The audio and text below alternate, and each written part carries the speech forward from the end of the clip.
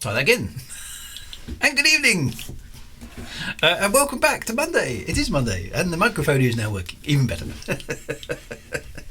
I thought I clicked on the right button there, but obviously I pressed in the wrong place. You know, it's tough technical stuff. You know. Never mind. We are here. It's working. And we are back for more chattering and waffling and distractions and stuff. On our Monday stream. So welcome one and welcome all to the kind of writing community, generally talking about writing-y stuff. In general, that's what we normally do. We eventually get there anyway. That's basically what it's all about. It's a friendly place to come and have draw up a chair, sit by the fire, have a cup of tea usually, and just talk about all things writing, and so on and so forth. So that's all good. Who have we got tonight? We have Wintermute GB is here, Ninja Scrid is here, Dr. Quest MD is here, Commander JR1988 is here, and he sends his regards from Glenn as well. Yeah, Commander Terra Firma hasn't been around for the last couple of years because he's been in holiday seeing his family, which is always nice. He sends his apologies and his regards, but not of the red wedding sort. Excellent. Not about to get assassinated then, this is always good. Mick Mac Mock is here as well, UK Alicat, 5 Alarm 799 LLV. Now there's a username. Alan is here as well, and the Shadow Wyvern as well. Good to see you all, my friends. Good to see you all. It's back to Monday. Now I've had a really busy day, so all the things I was planning to do, I haven't done because events, dear boy, events. As one politician, I can't remember who it was. One of our British politicians once said, "What do you fear the most in UK politics? Events, dear boy, events." And Merlin West Coast is here as well, and Bullet is here as well. Excellent, thank you very much for dropping in. Alan says, I have, as they say, won again at NaNoWriMo by completing 50k words, and that is very impressive, Alan. Is it something that you're going to use? Is that a thing? It's very impressive. 50k words in a month. Yes, that's good going. Very good going, really. To put that in context for people who aren't sure what 50k words actually is roughly, it's about half a decent length book. In some cases, that would count as like 2/3 of a book. Okay, that's how long that is. That's a lot of words that Alan has put there. And anybody else who's done NaNoWriMo in November, with presumably a few days spare, actually, a couple of days spare. No, 1 day spare. Tomorrow. So that's pretty good. Congratulations on that. That's a good thing. So are you planning to do anything with it? I mean, NaNoWriMo is more just about hitting the number, isn't it, and trying to get people writing. But so to tell us what your plans are for that, Alan, if that's good. It's a sequel for last year's book. Okay, I hope to combine the two into a full novel. Okay, fantastic. There we go. Creative things will come out of it. A short novel or a long novella. So yeah, it's a lot of words. I mean, to put that in context, most of my books are long-ish, are about 120k words. So 50k is a good slug. But if you took something like say the first Harry Potter book, The Philosopher's Stone, that would probably be about 85k in length. So it's a good chunk of wordage. Is that a word? Wordage? I don't know. I've just made it up. It is now. It's not as well organised as last year's book, but it does have some good scenes. Excellent. So that's what it's all about. I mean, I've just started writing my next book, and I've only got like 5k words. So that's I've kind of been interrupted a bit with it. Life keeps getting in the way. It's very annoying. Very, very frustrating when you're trying to write stuff and things happen in the real world. Really, really annoying. Very inconsiderate. But it sounds like a brilliant idea. So that's congratulations, Alan, and anybody else who's been doing NaNoWriMo. That's an impressive.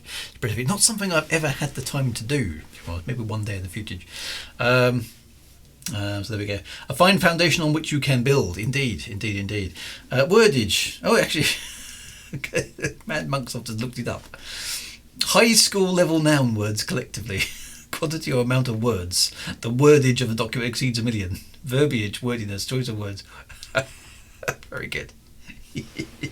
I thought I just made that up on the fly, but no, someone's already been there. Which reminds me actually of, some people can get very sniffy about words.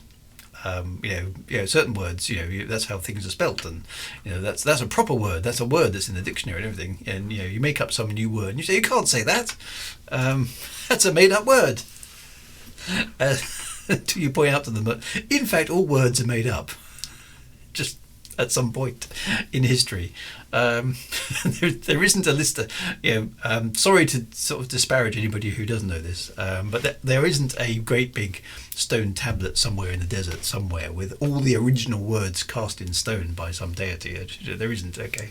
There are no words that aren't made up. All words are made up, and we're making up new ones all the time. Some of them even get used. So there we go. Your word count, Drew, off the scale, but I think Alan beats it. I was going to say, so Alan's way ahead with 50k words in a month. That's very impressive. That is, what's that, 12.5k a week on average? That is very good going. So that's good. The first book is available on Amazon, Far Away Sky, Ocean Deep by Alan R. Payne. There we go. So a bit of a plug for Alan there. Go and have a look at Alan's books. They're very good. So words are like your inspirational sources. They hide in the back of your head just to surprise you. Well, that could be true, actually. So, you may think you've made something up, but in fact, it's been lurking around in your subconscious somewhere at the back for goodness knows how long, and you've forgotten about it. And then the word that you made up might get in the dictionary. Oh, and aardvark, yeah. The 10 wordages.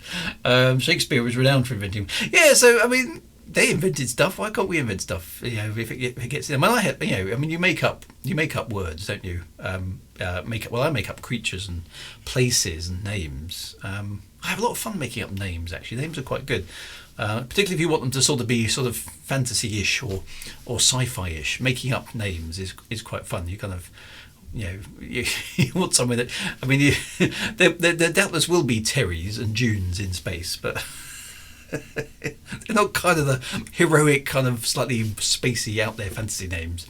Terry the Mighty Dragon, it doesn't quite work, does it? So you need to have different names. So you make up words all the time, make up names, make up places, make up things, creatures, and all sorts of stuff. It's good fun. There is no official version of English. Yes, there is. It's the one I say it is. That's the problem. No, you're quite right, Alan. There is no official word in English. Grumbo, hello Grumbo. I'm reading an Ian Rankin book at the moment. Came across a word I didn't know, so dutifully clicked on it in the Kindle for a dictionary definition. Nothing. Debating whether it's a typo or not. So back to Google we go. Yeah. It doesn't happen to me very often anymore, but it certainly used to over the years. You come across a word and think, what the hell does that mean? One of my favourite words I learnt that way from some book I read, I don't know where I got it from, was egregious. Egregious is an excellent word, and I try and use it as often as possible nowadays. Egregious just means shockingly bad. So if something is egregious, it's shockingly bad, which is a really good thing. You can get it into official reports, you can get it into all sorts of stuff. The word egregious, really, really like. Really love that one. Shakespeare couldn't even settle on how to spell his own name. I can't get people to settle on how to spell my surname, actually. But that's just one of those weird things. War Master Terry. I am an enchanter and they call me Tim. Yeah. I think that's exactly it, isn't it? Yeah, you kind of do have to match the name to the task in hand, which of course isn't wrong, because I mean if there is a Tim in the fantasy realm somewhere and he decides or the course of his life leads him to be the ultimate evil overlord of the entire domain, and he's still called Tim, I mean I suppose most baddies fashion their own name, don't they, or given some sort of super evil, powerful sounding name. I mean, I suppose going back to Harry Potter again, he starts off as Tom Riddle, doesn't he, or Tom something Riddle? I can't remember the middle name, which isn't all that intimidating, is it? Tom, the bad guy, but obviously he decides to call himself Lord Voldemort, which I think is an anagram or something, but anyway, of something. I'm a bit vague on Harry Potter, but it's Lord Voldemort. Mort, obviously death in French. I'm not sure what Vold means, but it probably means something. It sounds much more intimidating, doesn't it? If you're going to be a Dark Lord, you need a sort of Dark Lordy type name. Tim or Tom is not going to do it, is it? Or Dave.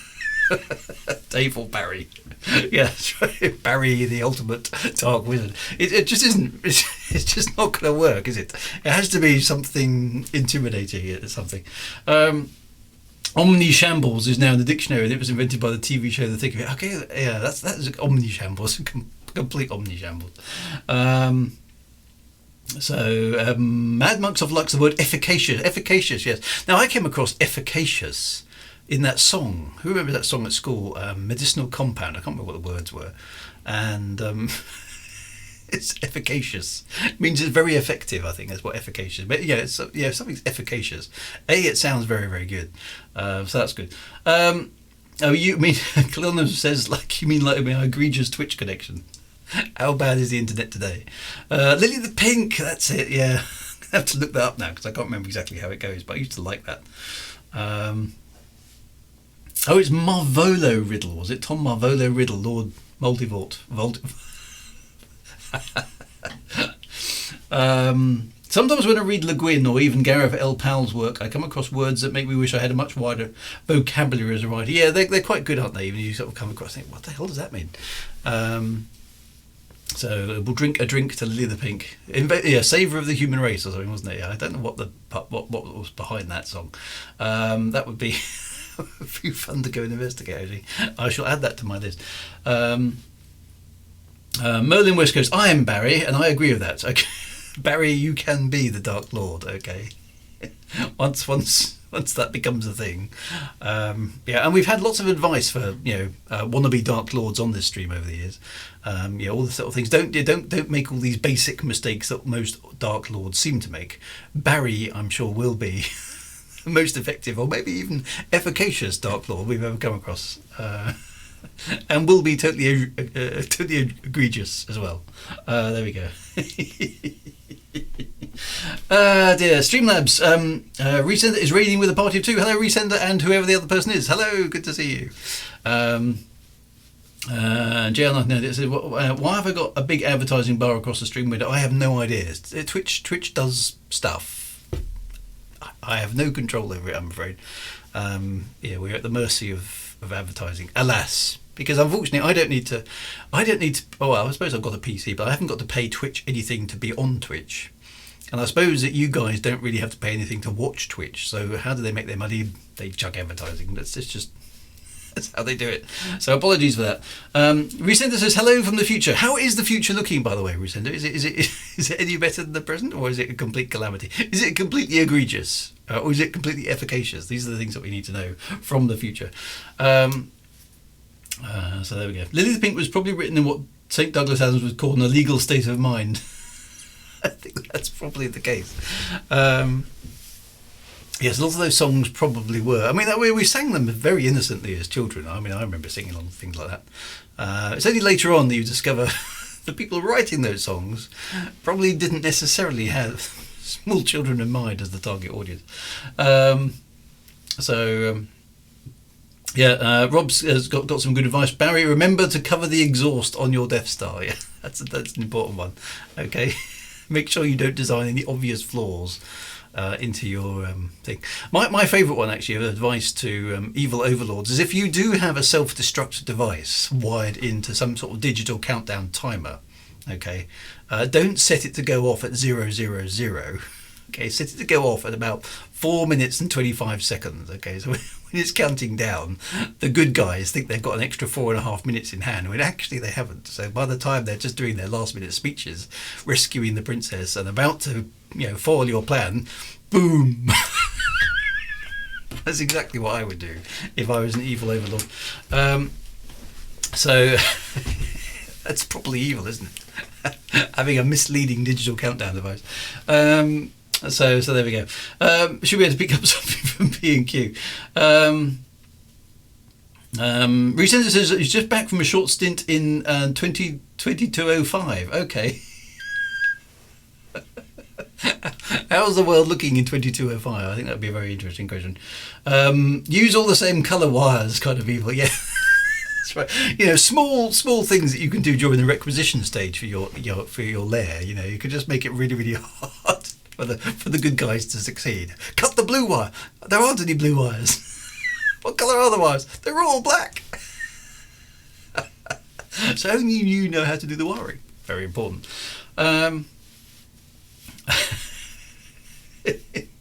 Don't leave the hero in an easily escapable situation. Leave and then assume everything went according to plan. No, see, yeah. That's the basic advice for any wannabe. I know we've been here before, but it's quite funny. Any wannabe evil overlord, right? Is once you capture the goodie, kill him. Okay, don't talk to him. Don't debate with him. Don't tell him your plans. Don't swirl your cape around and laugh maniacally. You know, just kill the guy. Okay, it'll all work out better for you. Trust me. Also, advice for all evil lords: when you have your nemesis. Oh, there we are. Sorry, exactly what I've just said. Rob's 2610. Just kill them. Okay, don't worry about the princess. Don't worry about anybody else. Just kill the goodies. Okay, once you've got them. Just make sure they're dead, and then those pesky heroes that you've won. Okay, they're basically incompetent. No, Mr. Bond, expect you to die. Exactly. So I don't. None of that time, business of firing the laser beam at him slowly so it slices him in half bit by bit, and then walk out the room, without checking that the job's been done. Classic evil baddie mistake. Okay, assuming your mechanisms will continue to work in your absence if you're not watching them. Maybe the evil overlord wants to be stopped and it's a call for help redemption. But that ruins a perfectly good evil monologuing. No. So you can't afford to monologue. You mustn't tell them your plans, Pike. Okay, that's a very, very bad move. So if you've got an evil person, don't make them an idiot. Make sure your elite soldiers know you can shoot straight. Yes, you say all those kind of things. Train your soldiers properly. And another one that's really common. If one of your underlings comes to you with some advice, I found a flaw with our plans, or we've identified what they're trying to do, and there is a risk, sir. Don't dismiss them offhand with no. Nothing can go wrong in my moment of triumph. Yeah. Duh. Dear. So there we go. And if you shoot any would-be heroes, don't only shoot them once. Do it properly. Make sure they're dead. Stamp on their head a bit. Make sure any reincarnation spells or devices have also been dealt with. You've got a bit of work to do to be a successful evil overlord, but you've got to take it seriously. Okay, none of this half-hearted monologuing and swirling of cloaks and things. Okay, if you're going to be an evil overlord, do it properly. Stamp on the head a bit, dark. It just annoys me. It doesn't annoy me, it just makes me chuckle, really. But in every movie where there's an evil baddie, they always make the same fundamental mistakes. They assume the goodie's dead, or they trust the wrong people, or they're just not thorough. Okay, they haven't got a checklist of things that they need to go through to ensure everything goes to plan. So there we go. Make sure the good guys are dead. Okay. Then you shall succeed in whatever evil plan that you're trying to plot. Very important to get these things right. Believable enemy. But I mean, to be honest, the dark evil overlord is a bit of a, it's an unpopular trope now, and quite right in some ways because it's obviously been, horrendously overdone. But I suppose there's a lesson for writing is make your good guys and your bad guys believable characters. Why are they bad? What they try to achieve. It's hard to recruit the right people. It is. It's hard to get evil underlings that are any good nowadays, isn't it? You can't get the stuff. We've been trying to reach her about your car. Yeah. Boom. Dear. Even Thanos told Thor how to kill him. Yeah. My problem watching the Avengers was I get to the bits with Thanos and I kind of go, he's got a point. To be honest, I'm a bit fatigued with the world. Yeah, I can see getting rid of a whole bunch of people probably would work in my really dark moments. Dear. I think Kingsman, the baddie, does take the advice and shoots the good guy. See, that's good. That's right. Take that. Take that point. So why do the plot contrivances always have to work in favour of the goodie? Can't we contrive for the baddie? Yeah, see, I quite like the shows when actually the bad guys do triumph, at least for a bit.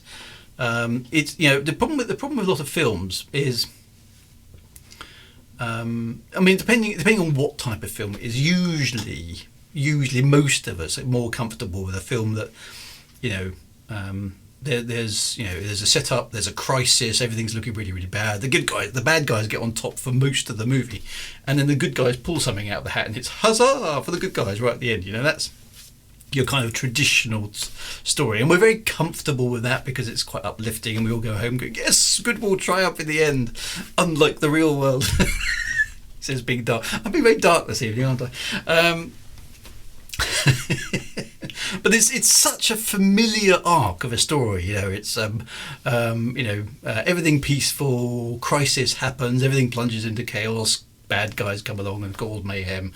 Good guys are, foiled for a number of attempts, and then suddenly they start getting all their stuff together, and then they basically, against all the odds, they foil the bad guys' plan, and everything's wonderful. So I don't mind a story like that, but it's so kind of like the problem with the good guys is that what usually happens in those sort of stories is that the bad guys just make some really, really stupid errors in order for the good guys to win. I love, for example, I love Star Wars: A New Hope to death. Right, I absolutely love it. It's one of my favourite films ever because it's the first space film I ever remember seeing it at the cinema and stuff. But I mean, come on, we've analysed their attack, sir, and there is a danger. What's that? Abandoned ship? At our moment of triumph? You must be mad. No. We've analysed their attack, sir. I'm a senior Imperial intelligence officer, and I've analysed their attack, and there is a danger. Okay. Wouldn't it be much more pragmatic if Grand Moff Tarkin basically said, precisely what danger is it, and what level of risk do you, the probability do you associate with this risk? Well, actually, sir, if they get a shot into our reactor, the entire station's going to go bang. I know what I would have done. Concentrate all fire on those bloody Star Destroyers and get me my shuttle ready. So yeah, stupid baddies, really annoying. That's what made Empire so good, and why they should have waited long between Infinity War. Yeah, you see, The Empire Strikes Back is good because it's kind of remorselessly. Darth Vader is remorselessly nasty in Empire Strikes Back, and he has the upper hand all the way through it. And the goodies seem to just be on the back foot. No matter what they do, things kind of get worse. We lose Han Solo. Luke gets his hand chopped off. Princess Leia is caught, and there's not much she can do. Etc. So that's in some ways a much better movie, even though it's sort of sandwiched in between the other two.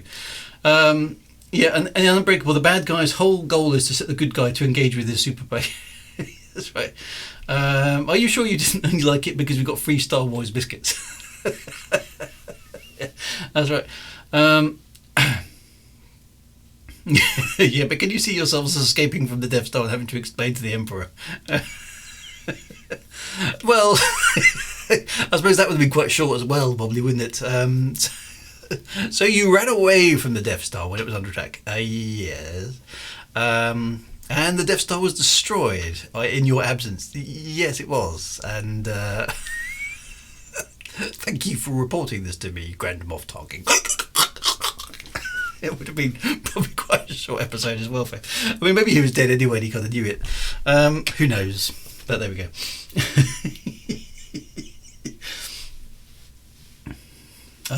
Drew, how familiar are you with history? Lol, Stalin was told Germany was coming but didn't listen. Well, yeah. I'm not super familiar with history, I have to say, but I've studied it a bit, but there we go. How did Darth Vader explain his survival? Well, I suppose at least he was out there trying to shoot the goodies, wasn't he, in his TIE fighter? So there we go.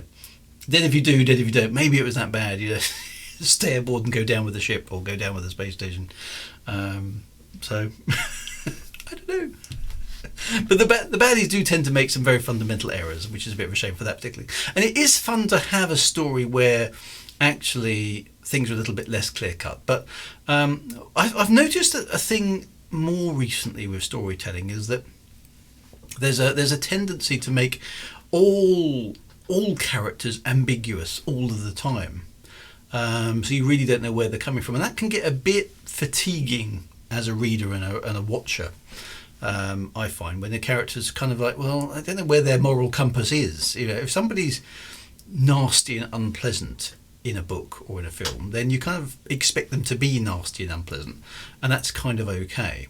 And if they've got a moral compass which is oriented in a different way, you tend to expect characters to be, have some sort of direction to their life, a compass that points them in the direction of their particular chosen way. And if a character is difficult to figure out where they're coming from, that can also be a little bit wearisome, I find. So I like a bit of a blend. I like characters who do have a moral compass. They're not just amoral because it's cool to be amoral. And I like strong characters and complicated characters, but I don't like inconsistent characters. You say, what the hell are they doing that? They wouldn't have done that last week. They're only doing that this week because that's what the plot demands. So there we go. Your whole station explodes and you were out. Where were you? Yeah. There. Modern moral compasses are the kind that come in Xmas crackers. Spinny things, yeah. He could have just blamed it on the trooper and it would be true. Love that the Ageism sketch of Hitler designed to invade Russia is a good idea despite Napoleon having tried that before. So history is fun from the perspective of trying to make sense of it. And a lot of historical figures, and this sort of slowly brings us to our topic. I'm actually going to be vaguely serious for our topic tonight. History and our interpretation of it, because of course we're living in a period of history now that will be reviewed, I don't know, in 30, 40, 50, 60, 100 years time, by harsh critics of now that aren't living in our era. Okay, so I was thinking today, because it keeps coming back, obviously. Now we've got this new variant of COVID, for example. I think is it called Omicron or something? And we've got in the UK we've got to wear masks again from tomorrow, I think it is. It's an event. Okay, COVID is something that we've been all the world over coping with the last couple of years. It will be a thing in history. Okay, in 10 years, 20 years, 30, 50, 100 years time, people will comment on the world reaction to COVID in the 2020s, and it will be a piece of history. Okay, much like the Spanish flu is a piece of history to us. At some point, the period that we live in, and will be a piece of history to something else, right? Some other people who will look at it, and they'll be looking at it through a very different lens to the one we look through, because we're living in it. Okay, we're the ones suffering with this thing at the moment, to a greater or lesser extent, depending on personal circumstances and where you are in the world and blah blah blah blah blah. But it's going to be a historical event. Okay, we're living in a historical event. The same thing is true for things that 20 years ago, let's say 9/11. Okay, that's an historic event, something that still has repercussions today. But there are an awful lot of people alive now who weren't alive in the when the planes hit the two towers, and I can remember things back when I was younger. I can remember when the Chernobyl nuclear reactor exploded. I was at school when that happened. I can remember, for the UK, I can remember the Falklands War back in the early 80s. All these events which are now historical, which when you were in them, or not in them, I wasn't obviously in Chernobyl. That would have been very, very unsafe. These are all events that when you're in them, you have or you're in the period of time where they occur. Let's say you're tangentially next to the historical event. You have an experience of it, which, when it's viewed through the lens of history by another generation, then things look very, very different. And I'm thinking now. The other one that I'm interested to see how it will be. We had this in the UK. We've just been hosting the COP26 climate convention, whatever it is. Is it a convention? I don't know. It's a moment in history where we're trying to get the planet under 1.5 degrees of global warming, and decisions that are taken at these events will have repercussions for the future. I don't know what those repercussions will be, but there will be repercussions, right? And depending on the decisions people make at that point in time, which have just gone past, we'll head that way or we'll head this way. You can't see my hands; there they are. Head that way or head that way. And so, maybe if there is a multiverse, there are multiple outcomes from those events. Now, 50 years down the line, will there be, some historian or commentary or whatever exists in 50 years' time, basically saying, they had the chance to do it right in 2021 and they screwed it up? Or will they be saying, actually, 2021, that was the year when things changed and actually started heading on the road to getting better? We don't know, do we? Because we're here now in the present. Are we still in the waffle, or is this the point? It's probably both, Sean. You read history and you apply today's moral. Well, that's it. 2061 it's very dangerous, I feel.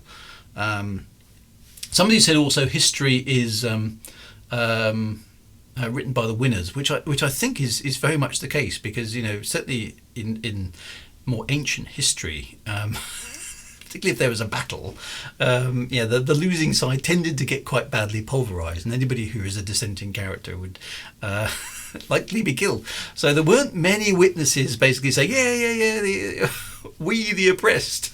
We didn't really appreciate the invasion at all, actually. It was a really, really bad day for us, and we'd like that to be noted down.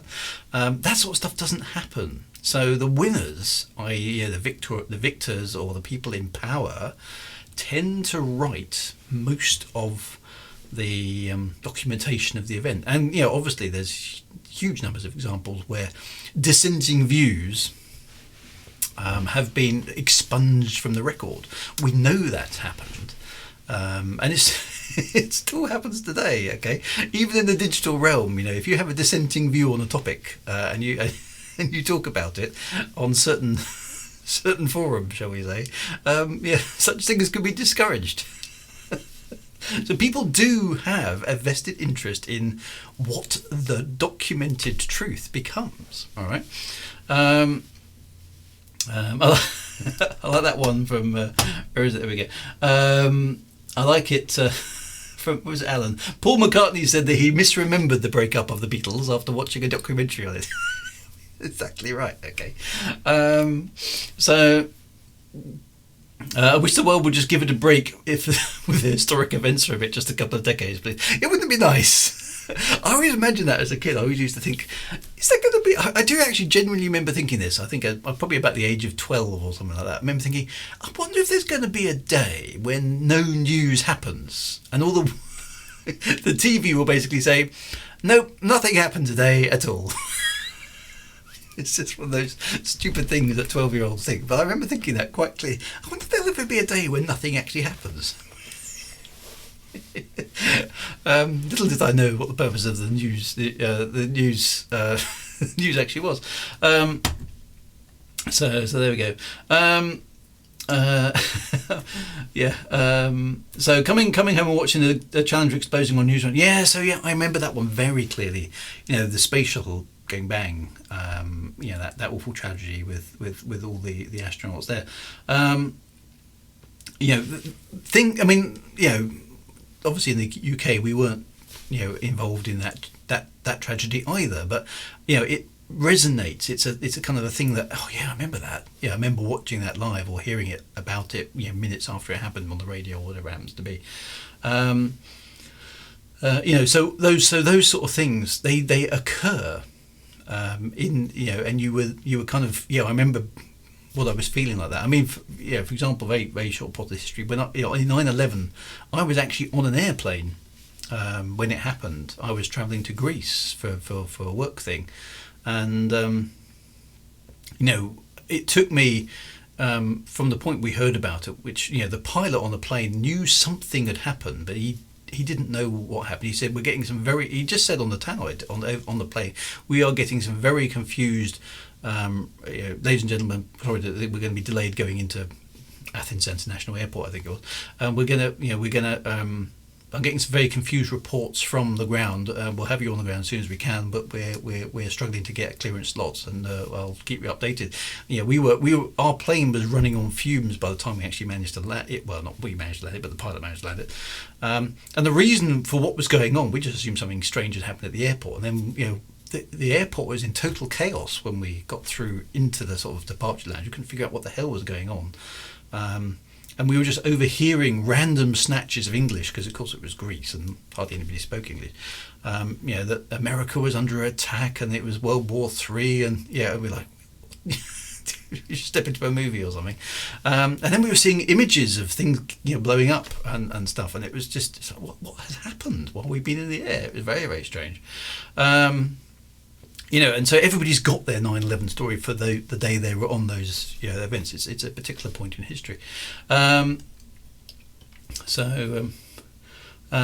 reminds me of Scott and Shackleton. Scott was a hero in his time, but Shackleton is arguably more respected now. Yeah, you see, so that's an interesting thing, is depending on who survives or whose memoirs get thing.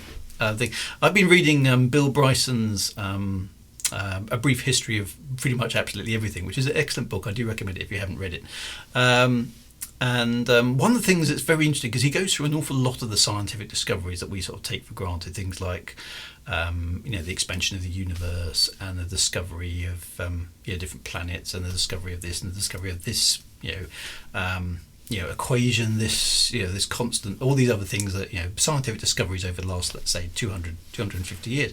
And it's absolutely fascinating. One of the things that is very, very, very, very common is that one scientist will basically take credit for another's work and then rubbish that previous scientist to basically expunge them from the scientific record. So an awful lot of the people who have famous names in science are actually really nasty pieces of work, who basically blagged their way to fame and fortune by stepping on other less fortunate scientists who basically did discover the thing but never got the credit for it for whatever reason. And it's a very, very, very common theme. You kind of think of science as this wonderful enlightened thing, and the idea of science absolutely is that, and it's a good better, but scientists themselves, nah. Okay, really nasty bunch of people. Hi,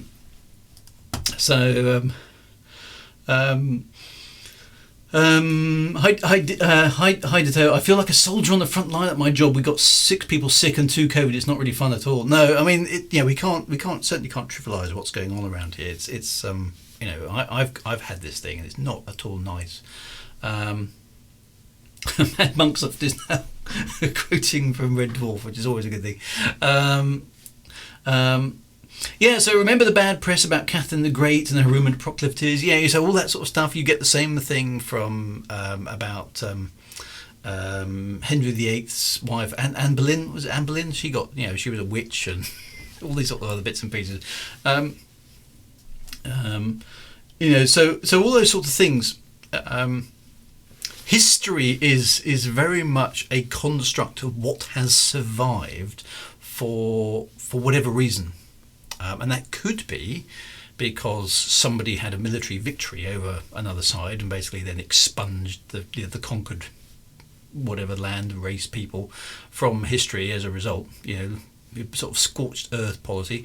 It can be because dissenting views are uncomfortable and therefore get expunged from the record, only sometimes to be discovered later on, but not always. All of those sort of influences, and human beings in general are not not very reliable witnesses, are they? We see that time and time again with all sorts of different things. So when we look at history, it is a collection of stories that have survived the years, really, which I think is very, very, very interesting to kind of look at, and it's very easy to deceive yourself as well, because you are only, as an individual, the product of a limited set of experiences yourself, and your opinions are informed by your upbringing and the things that you read, the things that you consume, and the other people you interact with. And if you don't have a wide range of experiences around you, it can be very easy to get kind of, well, this is the way the world is, and that's that. They do say, cliches like travel broadens the mind, but it does, because it gives you ability. I had no idea people lived like this, and considered that normal, whereas I consider what I do to be normal, but clearly it isn't, because not a lot of other people do what I do. All those sorts of things can be quite interesting. Sean says, problem for some of us is what we now call history we live through it live. So I mean, that's exactly, and you can snapshot that at different generations. I mean, my grandparents, for example, lived through the Second World War as a young couple. I often wonder how I would have coped with a scenario like that, because had I been born at the same time as my grandfather, he was born in 1912, he would have been caught up in World War II in his late 20s, which unsurprisingly he was drafted for the war effort. So he was he ended up in the Royal Air Force. In his young 20s. Now I think what I was doing in my late 20s, suddenly being called up for war, it's a frightening prospect, really. I'm at an age now where I'm looking back at myself in my 20s thinking what an idiot I was. I didn't know anything at all. Stupid child, making mistakes I was making. But that's inevitable as you get older. Okay, you do accumulate a little bit of wisdom, one hopes. All sorts of stuff like that is interesting to kind of place yourself. Now, my grandparents had views on certain things that I would consider inappropriate today. Okay, let's say it like that. Now they're both long gone, so it's not a problem. But is that their fault, or is that just the environment that they were brought up in? I mean, for example, my grandfather would never, categorically, would never buy anything German or buy anything Japanese, and it's fairly easy to work out why that would be. Okay, now I don't have an issue with that at all. The world is not the same as it was in 1939, but I understand where he's come from. He's been through and it's okay from my perspective to say, well, yeah, we won the Second World War, right? Okay, everything's okay, we won. But you didn't know that.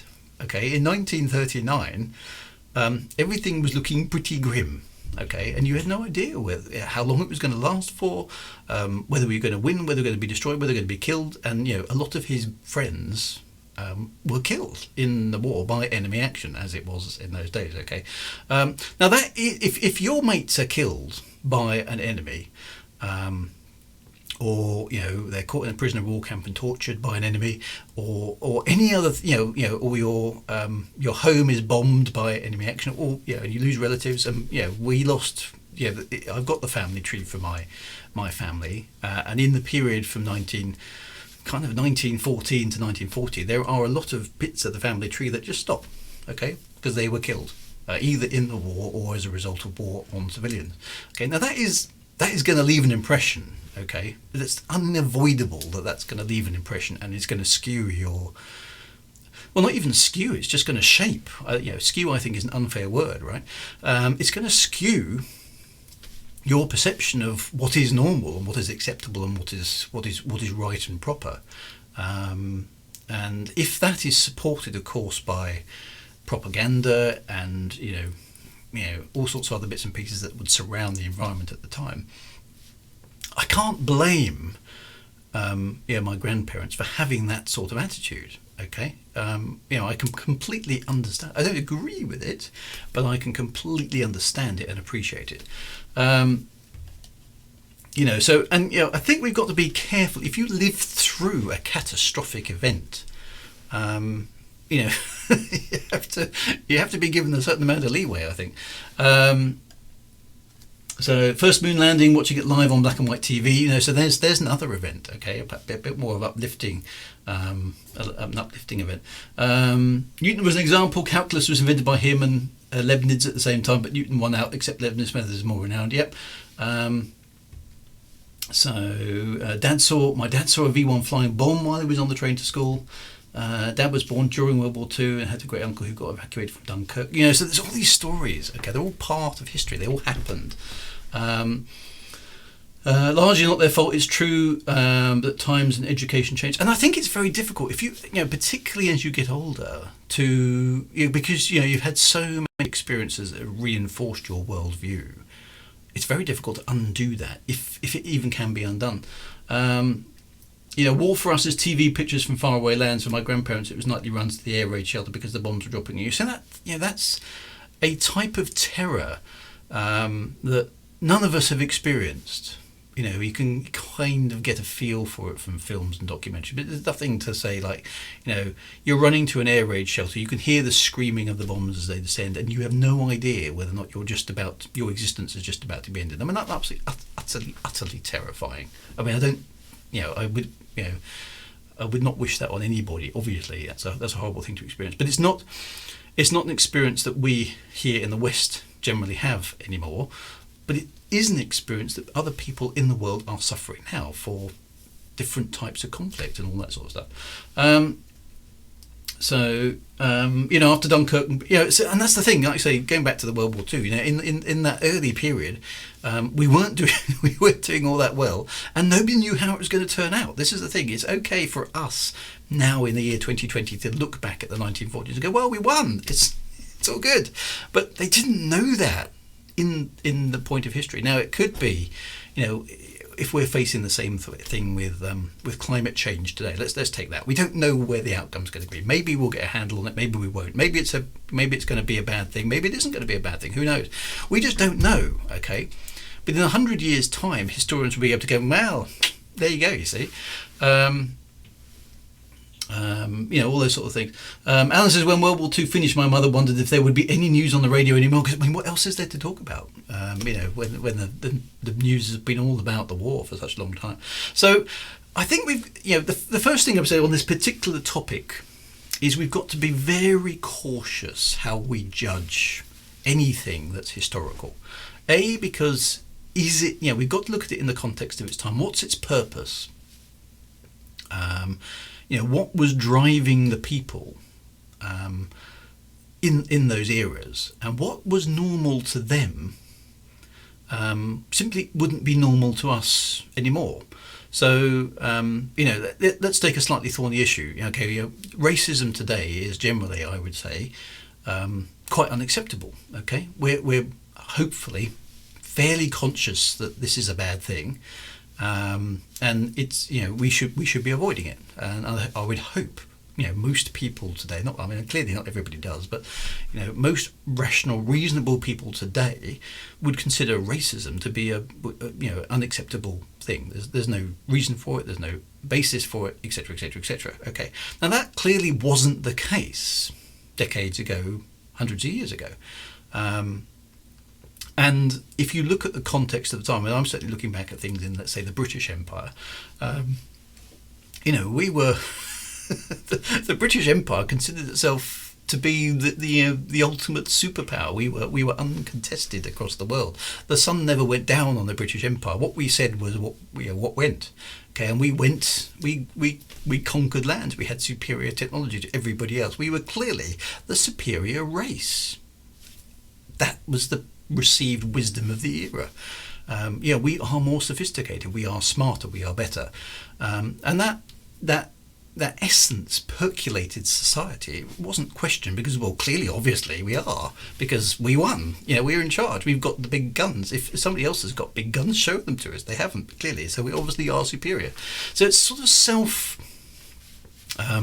self-reinforcing by the literature, by the society, by the things that people consume every day, to the point where questioning it is almost a form of insanity, because it's like, well, what do you mean that's not right? I mean, it's in the books, it's in the literature, it's what we were taught at Sunday school. It's everywhere. The British Empire is the preeminent power in the universe, clearly. And we've been doing a good job of proving that wrong ever since. And exactly, and times change, So, are those things wrong? And this is very difficult, because it depends on your perception. Now, if you were a member of the aristocracy in the British Empire, let's say, I don't know, 150 years ago, certain behaviours would have been accepted, accepted that we would consider outrageous today. But it wasn't, at least by that part of society. Now, look at it from the perspective of, like somebody said, Aboriginal people, or people taken from Africa as slaves, all that sort of stuff.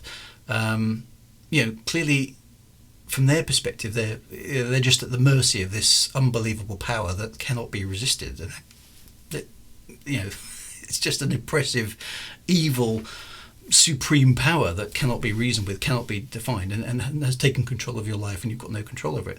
Now, those stories were suppressed. Okay, there's no other word for it, because they weren't, like you say, they weren't the orthodoxy,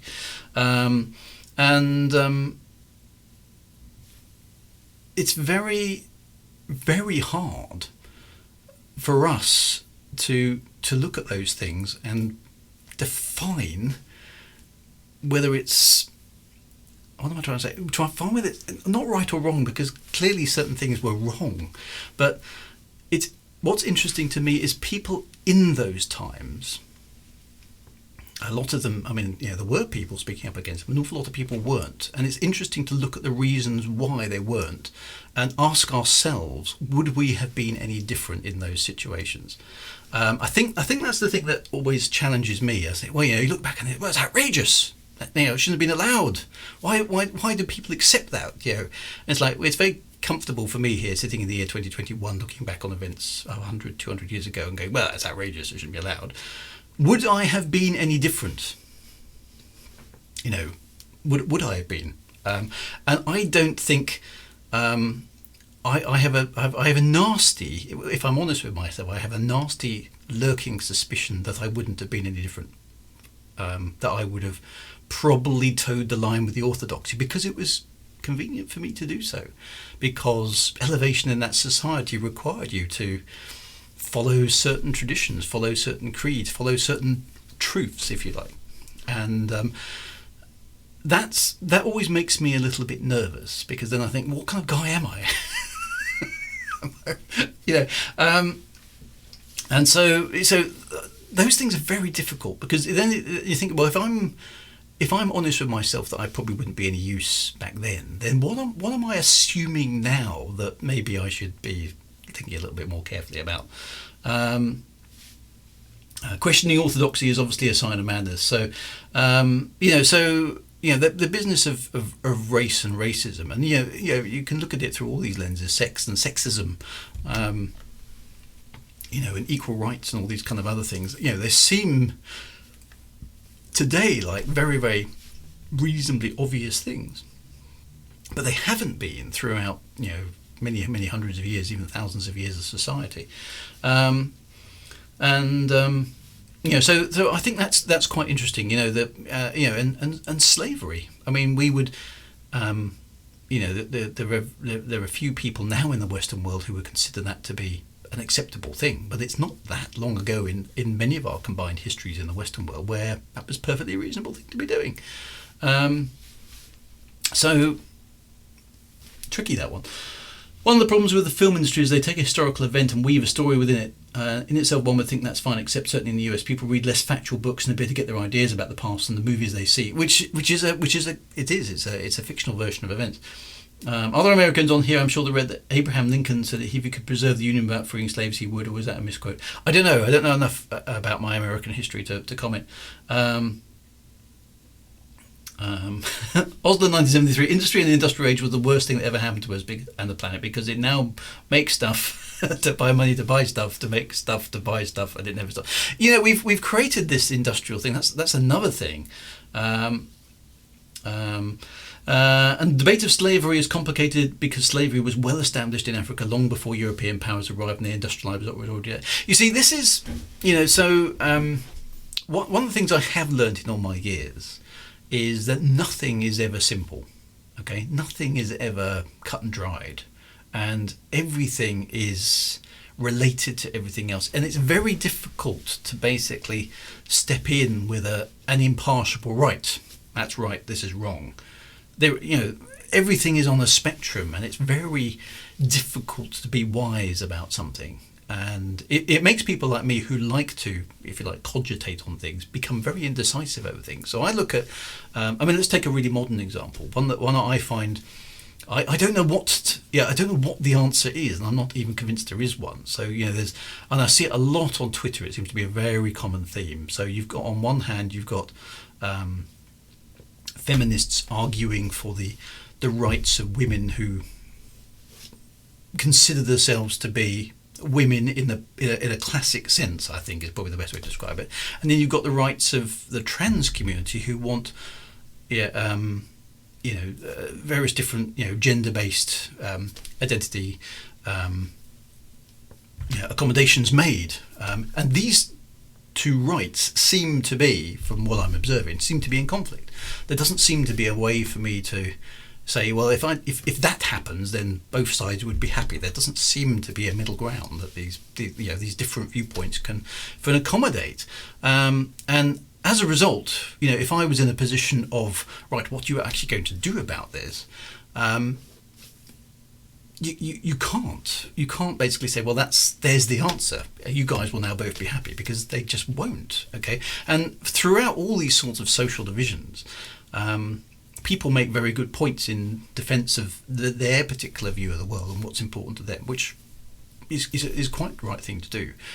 But these things overlap and conflict with each other, and it's how society, I think, deals with the conflict that's actually probably the more important thing than actually trying to resolve the thing, because I don't think often that we can, and it'd be a much wiser person than me who would be able to come up with a solution.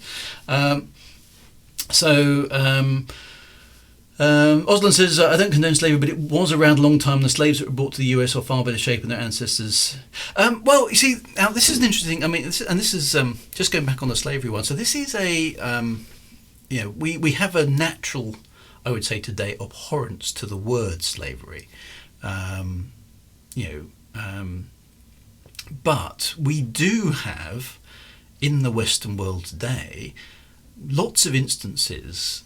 We don't call them slaves, but lots and lots of instances where any other civilization looking at this point in history might still consider them to be slaves. So, for example, you can take an extreme point of view. Okay, so we're in a scenario today, capitalist scenario, where you want to buy a house. Okay, you want to buy a house. So how do you go and buy a house? Well, you haven't got the cash to buy a house, have you? You can't save enough money unless you're incredibly, incredibly fortunate to buy a house. So what do? You take a mortgage. Okay, so what's a mortgage, right? Okay, a mortgage is a debt, right? And a mortgage is a debt that basically, if you don't pay it back, we take your house back away from you. Okay, so what you've got to do, Mr. Mortgaged person, is you've got to now work. Okay, you've now got to work and earn money to pay your mortgage. Okay, so hopefully at some point in the distant future, you can own your house. And not only do you aspire therefore to own a house and therefore own a mortgage? Many people are trying to get to the point where they can actually afford to be considered to have a mortgage. Okay, so you can't just rock up and say, I want a mortgage today. You have to pass various criteria in order to even get a mortgage. You have to. We're in a society there where you have to pass certain criteria to get yourselves into debt. Okay, and you are tied to that mortgage. If you stop paying on that mortgage, the place where you live will be taken away from you. Okay, that's essentially what's going on here. Okay, now is that so? There's a certain level of fear associated with that. There's a certain level of punishment associated with that, and is a certain level of commitment, or let's take a slightly stronger word, a certain level of entrapment associated with having a mortgage. Okay, now is that slavery? Do I have a choice not to pay my mortgage? No. Do I have a choice not to have a mortgage in the first place? Well, kind of, yes. I don't have to have a mortgage. Where am I going to live? Okay, well, I could rent. That's even less, it provides me with less surety for me and my family. Because somebody else is control of the asset. Okay, somebody else is in control of the housing stock, not me. Hence, I need a mortgage or I need to rent. both of which require me to earn money, which means I need to go and get a job, which means I need to do something that I would otherwise not be doing in order to pay money for somebody else to own an asset which is appreciating, which I don't currently own. Capitalism, right? Is that a form of slavery? He says, chuck it in there. So there we go. In 12 Years a Slave, the author says that his first owner was very kind and considers him, but the owner never questioned the principle of slavery. Yeah, you see, that's it. What, you know, the structures that we have, that we use to run our civilizations, may look very, very odd to other civilizations in due course. So, you know, we don't have things like republic, Roman republics today. We just don't have structures like that. We've got socialist stuff. We've got some communist stuff going on. We've got democratic systems. We've got capitalist systems. We've got all sorts of different systems, and they all have their pros and cons.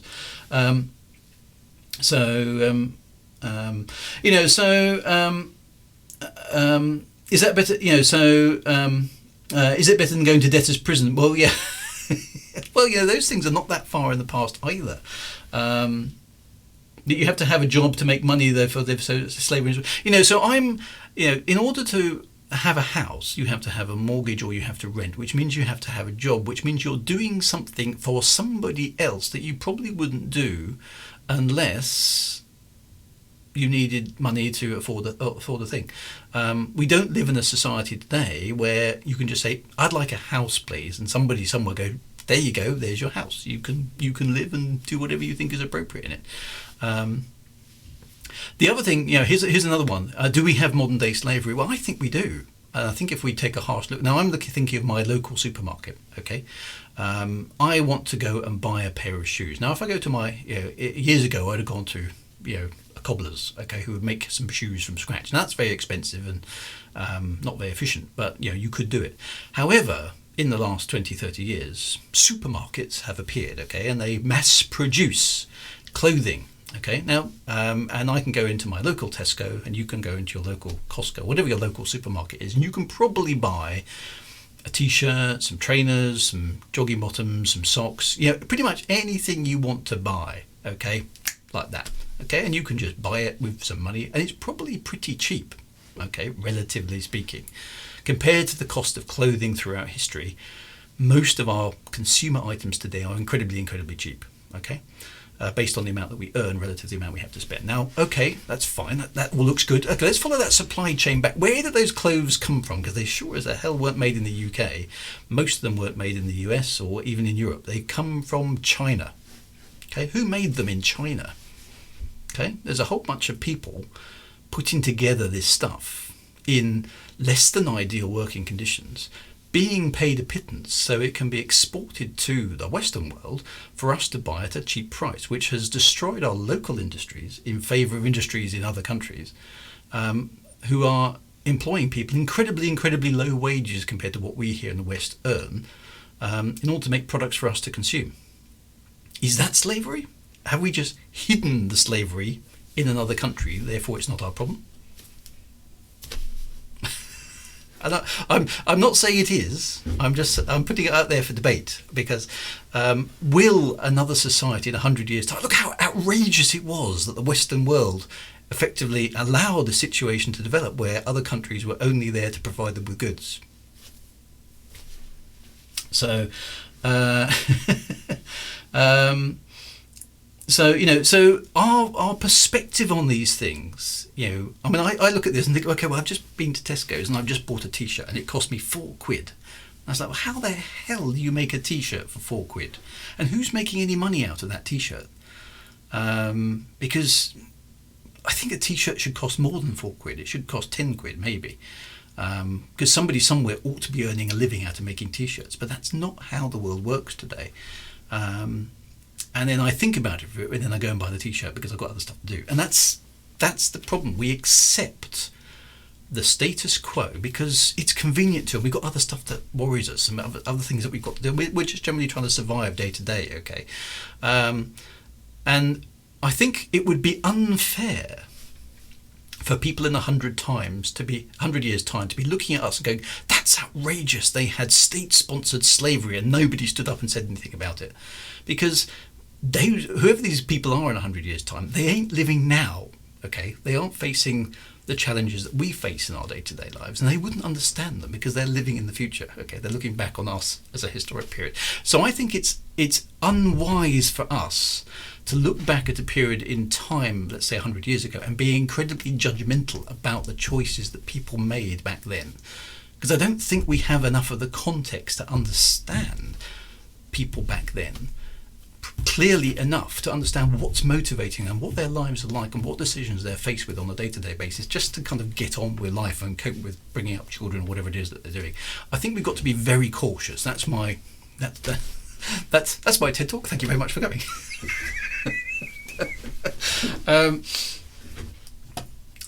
Yay for capitalism, he says, watching some guy on the internet with his cheap PC. Yeah, opinions are cheap, right?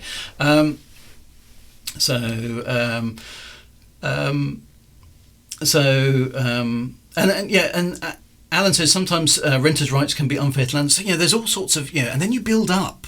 Okay, then you build. This is an interesting point. You build up litigation and you build up laws and rules and regulations around these things to govern them, which cements them into the society. Okay, so if the law says this activity is okay, it's regulated, it's therefore kind of tacitly approved by the government. Who am I as an individual to say it's okay, or it's I should challenge it? Or it's wrong. It's very difficult to do that as an individual because there's an awful lot for you to lose and not very much for you to gain. So it's very easy to understand why individuals basically say, well, everybody else is doing it. If I don't do it, I'm just going to inconvenience myself. It might be all kind of good and proper, but I can't afford to take that risk as an individual. So I've just offended every progressive idiot on the planet. Well, I think, and this is the problem, okay, that progress is a difficult thing to gauge, and progress seems to happen in fits and starts. There seems to be sometimes the people who either have little to lose and most to gain generally adjust the system somehow, and maybe it shouldn't be like that. Somebody once quipped to me, and it stuck with me many times, is that reasonable people, and this is quite a nice little soundbite, reasonable people adjust themselves to the world they find. And you're kind of going, yeah, okay, yeah, I think I'm a reasonable person, I'll adjust myself to the world that I find. And then the corollary of that is unreasonable people adjust the world to suit them. And you kind of go, well, don't want to be an unreasonable person. And then the final little sting in the tail is, therefore, all progress and change is made by unreasonable people. And you're kind of going, not quite what I was expecting. But it's true, okay? Unreasonable people make all the changes in the world. So we should be looking at our unreasonable people to see what they're talking about, and that can be an interesting and sometimes quite uncomfortable exercise, I think.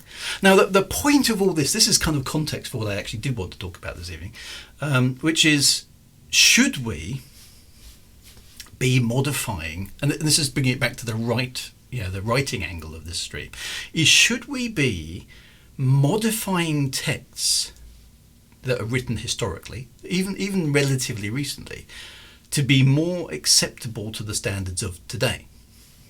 So there are easy to identify. I mean, let's take a relatively mild one, because some people get very offended by this, and understandably so. Enid Blyton. Okay, now I read Enid Blyton as a 7-year-old.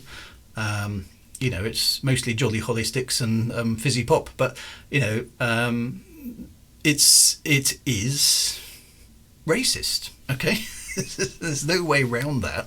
The language is racist in places. It's not overtly so, but it is there. Okay, so now Enid Blyton's books fell out of favour in all sorts of ways long before modern times. They were out there, were getting a little bit long in the tooth in the 80s, and people didn't like them for their lack of literary whatever, but from when I read them when I was sort of 7, 8, the famous five and adventures and what ho and all that sort of stuff, it was all good, what Enid Blyton would have probably called a good wheeze. It's just a bunch of kids solving mysteries with a dog. Okay, that's essentially what they are. But Enid Blyton was a product of her age. Okay, similar generation to my grandparents, and I've already spoken about some of the views that they had and why I don't share them now, but I understand why they had them. Now, Enid Blyton would have had the same sort of environment, okay, and she wrote her books in that context. Probably, I would have thought, not conscious of any offence that she might be giving to people, in 50, 60, 70 years' time, all right? She wrote them in the context of the era she was writing in.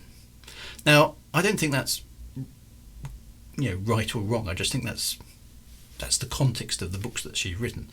Now, is it appropriate for us to edit those books and change them?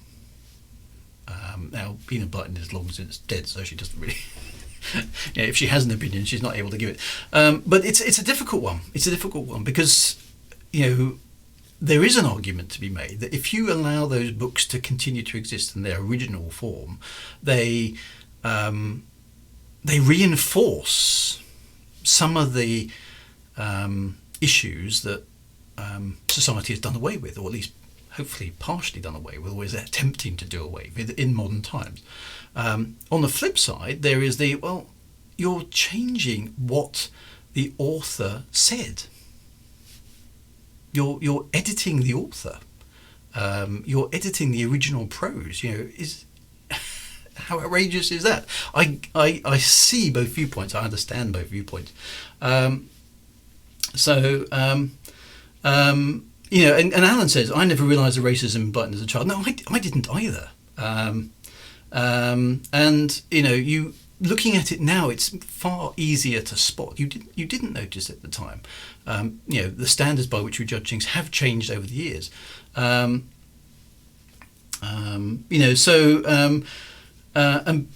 there is danger. Okay, there's danger in editing the texts. Okay, because aren't we doing exactly what the winners throughout history have done? Is we're changing it to suit today. We're changing things to suit today, or do we keep the text in their historical context, but put context around that to explain why is it like that and how much we've changed over it? It's a very, very difficult question. I don't think it's appropriate to alter the past. Part of life is discovering what offends us, but also understanding why it offends us. There's lessons to be learned there, I quite agree. To censor this would be wrong, and to remove the lesson as well as change the words someone used. That's a good point, Dr. Quest MD. Kim Gilberg, no, quite the contrary. Instead, we should learn from them and take the discussion on why they are as they are and why that is bad today. I don't think we should change those books. It's not appropriate. But learn from them, make new stories along the same vein, but without the problematic elements. Now, this is interesting. Because, of course, we're writing stuff today. Alan's written a book. The other Alan's written a book. I've written some books. Okay. What I've written in my books, I'm fairly happy I would be able to stand up in today's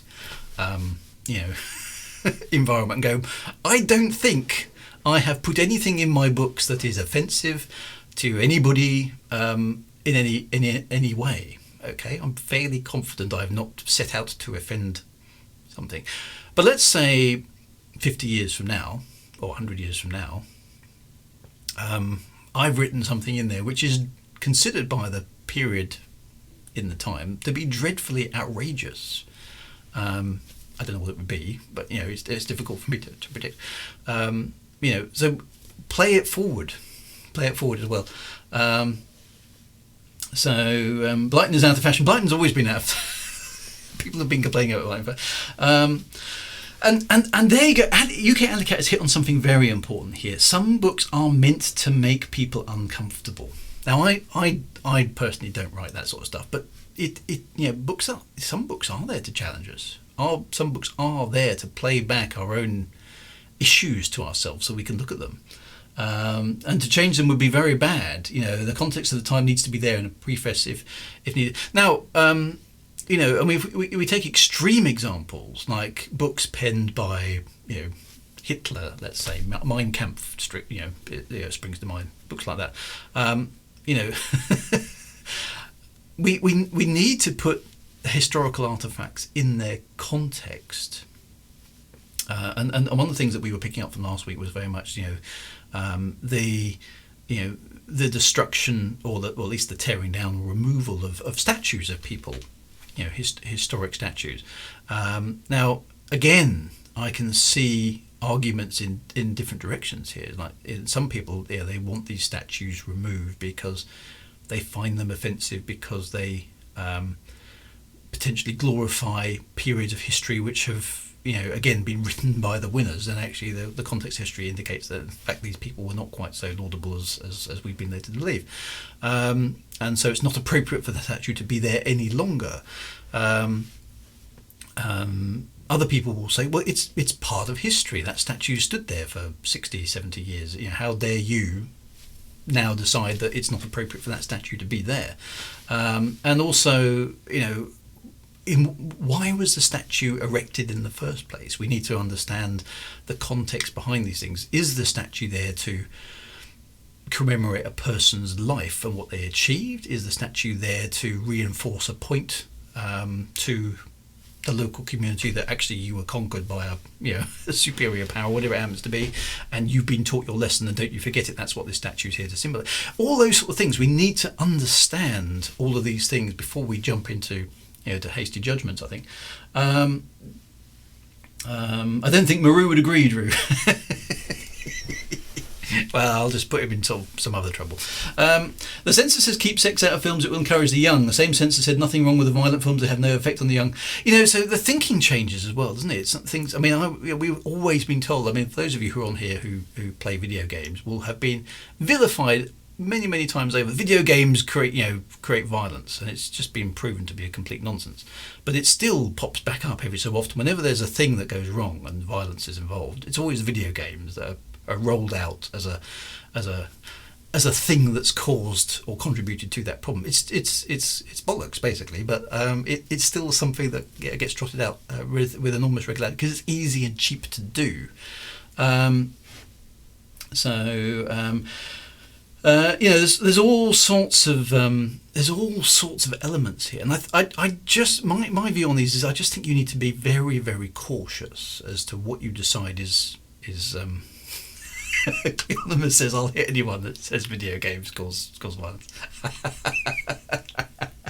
Very good. So it's difficult. It is difficult. I don't think it's we that don't see an issue with this text. I think it's a bit blind to. This is Chris. I don't think it's that we don't see an issue with these texts. I think it's a bit blind to say that it's not an issue with them, but we recognise that there's a value to keep the old text intact as a lesson to the future. I'm very wary of editing anything that's been around for a while, to improve it, to make it acceptable to modern audiences, because you're not putting in there what the original author put in. One of the lecturers I had at university, you're performing violence on the text. That was his one of his favourite phrases. You're editing the text, so you're destroying what the original author meant, and you're losing a lesson from history. Whether or not you agree with it, or whether or not it's uncomfortable to read in the modern context, I think there's some value in the fact that it's contemporary literature of the time, which tells you something about that time, which differentiates it from now.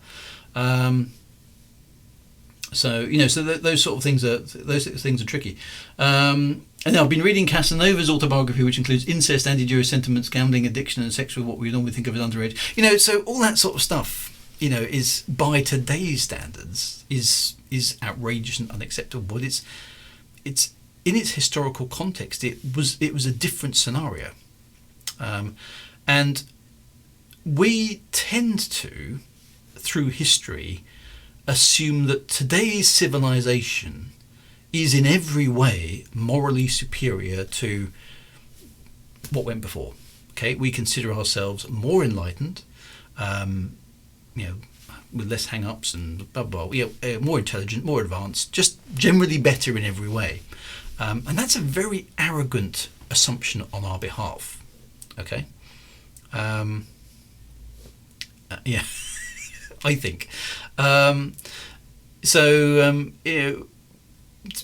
whose standard are we basically saying that we are the best, we are the most enlightened?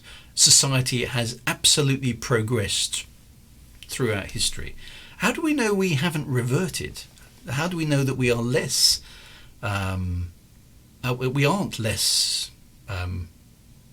equipped as a society to evaluate things. How did we know that? By what yardstick do we say yes, we are superior? It's a conceit, I suspect. That we're always guilty of. That we're just better than the people who came before us. We just are. Okay. Okay. Karumba says, I don't think they should be changed, but shouldn't be available in the raw without an explainer, perhaps. So that's the thing. So who gets to write the explainer? And what qualifications do they need in order to make sure that they've put that, whatever it is, in context? That's tough as well. I don't think it's necessarily impossible, but it needs very careful consideration as to what it's explaining. Kim Goldberg says, think about changing mind. I think it's difficult. I mean, I don't disagree with you, Karumba, necessarily, but do we ban certain books because they haven't been explained in context yet? Do we censor things from people and say, no, you can't read that because we haven't got round to writing an appropriate context for it that makes it, puts it in its place in our interpretation of how history worked? I think that's difficult. I don't, and I say I'm not on this stream attempting to answer these questions at all, because I'm not qualified to answer these questions, and probably most of us aren't. It's not our area of expertise. I'm just interested to explore the context of it without necessarily trying to solve it, because I think that's one of the problems that we have today, is that we don't listen enough and try and understand the problem before we move to the solution phase. We say, okay, well, we've established that there's an issue here, right? What are we going to do to fix it? I am not convinced we've understood the problem. Maybe we should just try and understand the problem a bit more, and let's consider all the viewpoints without a need to basically say, well, we're going to fix this, we're going to sort this out, this has to be fixed. It's important to fix this immediately and as soon as possible. Actually, I think that's a self-destructive way of looking at these sort of things sometimes, because if we are under pressure to fix something, that means we have to resolve things. We have to resolve differences really, really quickly. And I don't think that's easy to do. So sometimes taking away the pressure of resolving things is actually a better way. Okay, yeah, we're not going to come to an agreement on this. We're just going to basically make sure we understand everybody's point of view. That's it. Okay.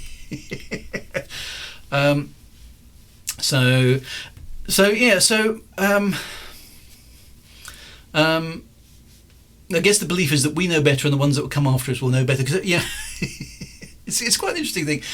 During all the promotion, the new adaptation of Dune, one word that appears in novels many times is missing. That word is jihad. But it's not an accident. Well, you see, that's a very good point, because an awful lot of Dune, the original novel, was based on those Islamic influences. Now, that is today, Dune isn't written in 2020. When was Dune written? Dune was 1960s. Okay, so a lot of time has passed. Things are different now, and so a lot of that influence is culturally is not. I wouldn't say problematic, but it's certainly got a different emphasis on it today, given everything that we've experienced in the last 60 years. So things do get edited. Is that appropriate? Is that correct? If we're dealing with a filming of a work from the 1960s? Should we interpret things?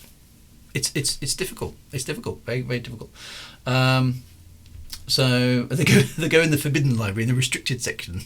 The trouble is, somebody like me, if you say yes, okay, so all the official novels are here. Here's all the explaining documents. Here's all the stuff that's okay to read. Oh, by the way, that bit over there, that's the restricted section. You're not allowed in there.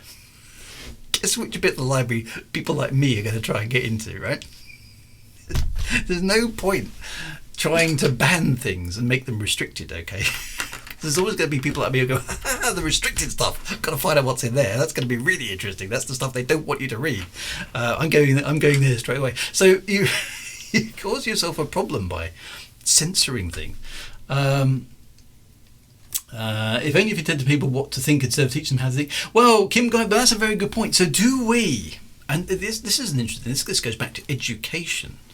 Now I don't know how widespread this is, but I've noticed it in the education system, and the education systems in the Western world are not good. Okay, that's just overall general observation. We teach texts, we teach facts, we teach processes, but we don't teach critical thinking skills. So it's very hard, I think. Our education systems are not set up to provide people with the tools they need to pull things apart and look at them from different points of view. I think if you can hold two conflicting points of view in your brain at the same time and objectively go through and say, okay, well, these are the pros and cons of both ideas. If you can do that, I think you've got the essence of being able to think critically.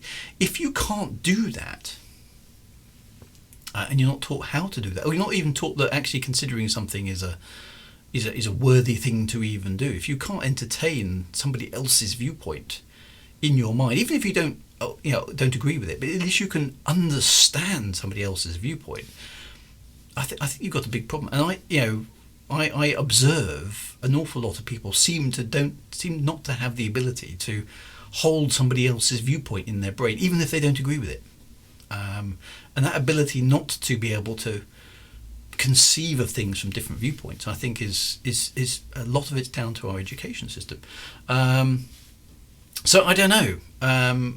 Do we lack the skills? Are we preventing people from learning the skills to critique things? Because a lot of it's just process and rote and facts and all sorts of other bits and pieces. And you can see that on the internet when I've given up on Facebook, for example, when people post crap, basically.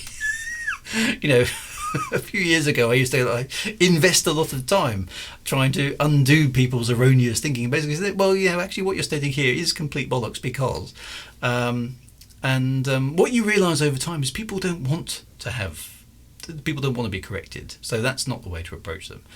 Even if you try and side alongside them and say, have you considered the alternative, which is this, people don't want to hear it. The self reinforcing bias that we have naturally as individuals to reject information that doesn't align with our viewpoint is very, very strong, and social media shows how strong it is. One of the things I think social media has shown us is how inflexible and how dogged determination we have to hang on to ideas that are wrong in the face of overwhelming evidence to the contrary. There's all sorts of Commander Fangdarker there. How can we learn from history if we keep rewriting it? Who gets to decide what to update and when? These are all good questions, okay, and like I say, I'm not planning to answer them, but so 1965 is when Dune came out, if memory serves. So there you go, Chris Mikey. So it's a book written in the 60s, turned into a film in the 2020s, 60 years later.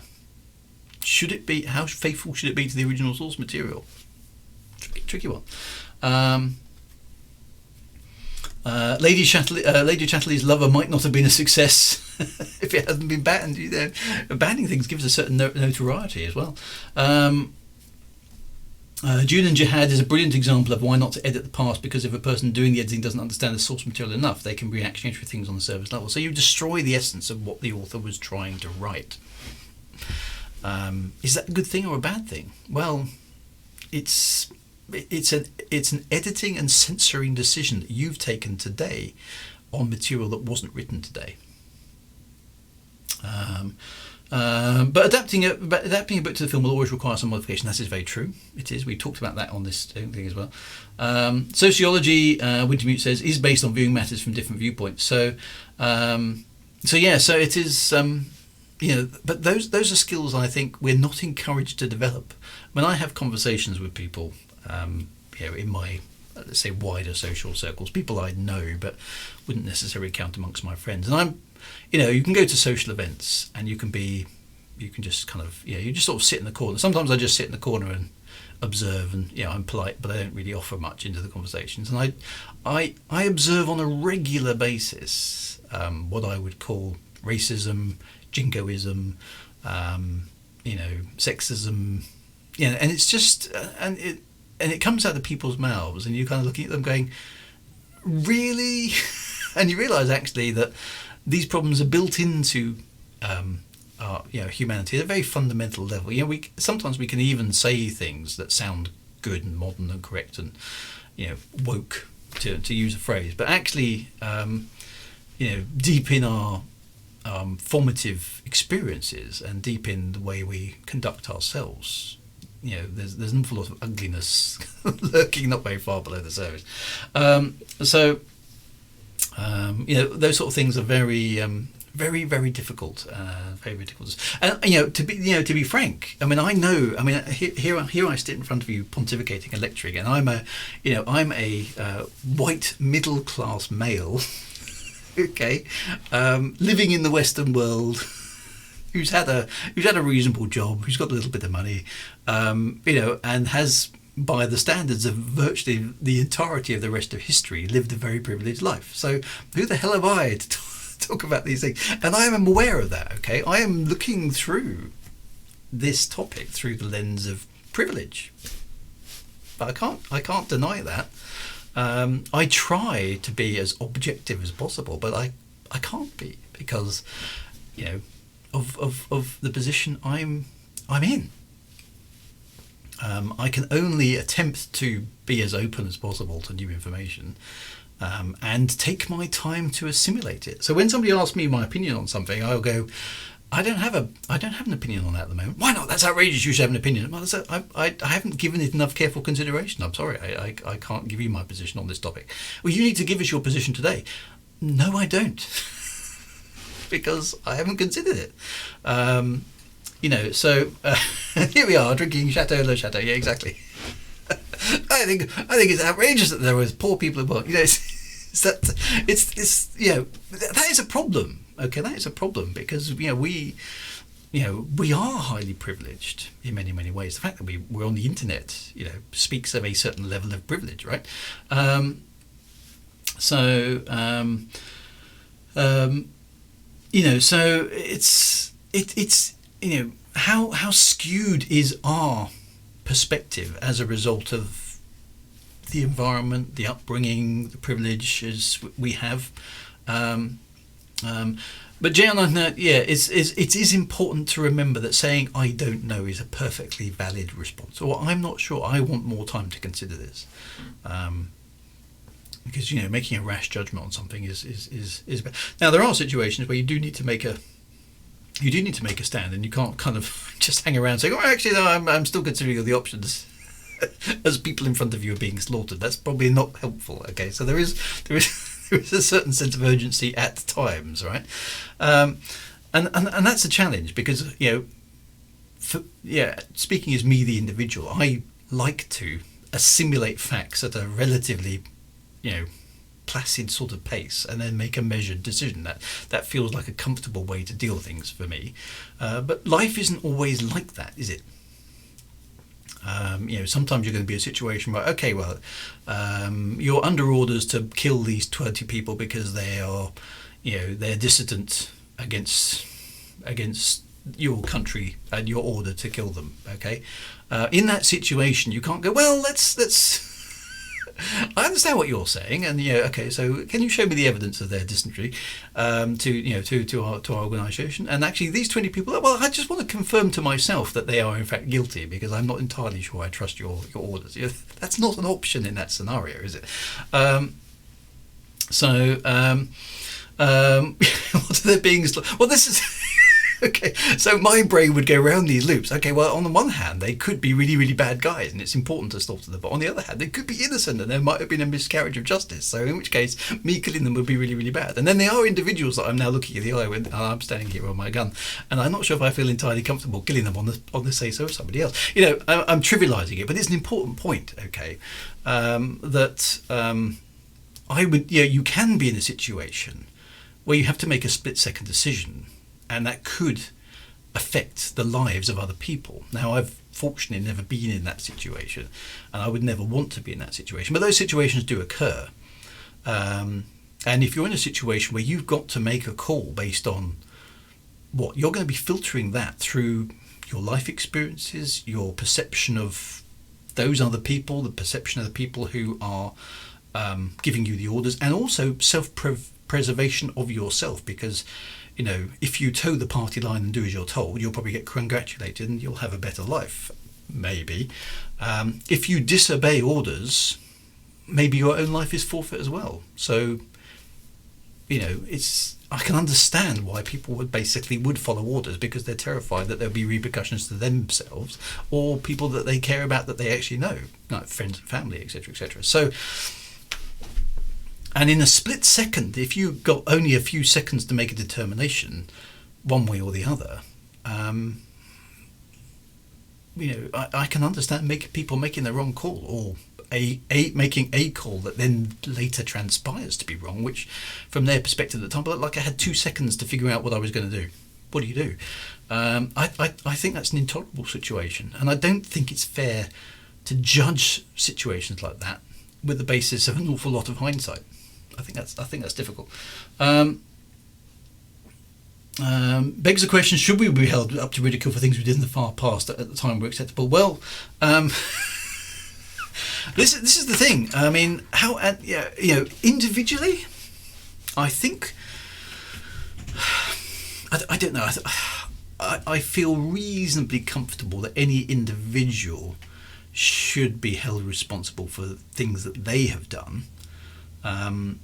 But that is problematic in the sense, well, if you've been conditioned that these guys over here are the bad guys for your entire life, and then you're asked to kill them, and you do kill them, and then 10 years later you're held up in front of a thing because something's changed. Basically, you killed some innocent people. They were, you were just following orders, and you can't use that as a defence. I think that's a very difficult situation to be fair to everybody in.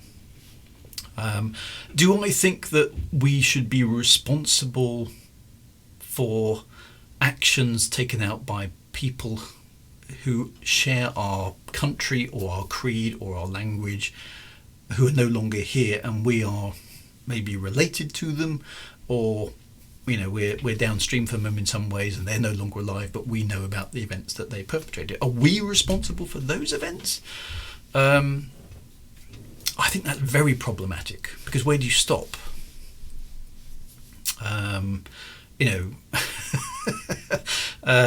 We could talk about the atrocities committed in the First World War, or the Second World War, or the Boer War, or any of the times when the British Empire acquired things, or any times that things in the past. Do we go back to when the French invaded the UK in 1066? Do we go back to when the Scandinavians invaded the UK in 500 AD? Humanity is all about doing nasty things to each other over the period of history. How far back does that go? And what does that even mean? Does nationality and creed and various other things survive those historical transitions? I think that's very tricky. So and again, I'm not attempting to answer these questions. Okay, I'm chucking them out there because I think we just need to be. Should the Italians apologise for the Roman Empire coming over here, building our roads? Damn those straight roads. So It's very difficult, and I don't think there are. I think that the only thing I've really appreciated, I think, as I've got older, is there are no simple answers to these questions. What have they done for us? Here, aqueducts. Stop. I think you've just got to be very cautious. I think you've got to consider these things. I don't like knee-jerk reactions in a general sense to anything. And I'm always personally quite wary of emotional reactions to things. I understand entirely that people can get very worked up about situations and events, particularly if they're associated with personal or very, very close loss or damage or inconvenience, whatever it happens to be, to yourself or people close to you.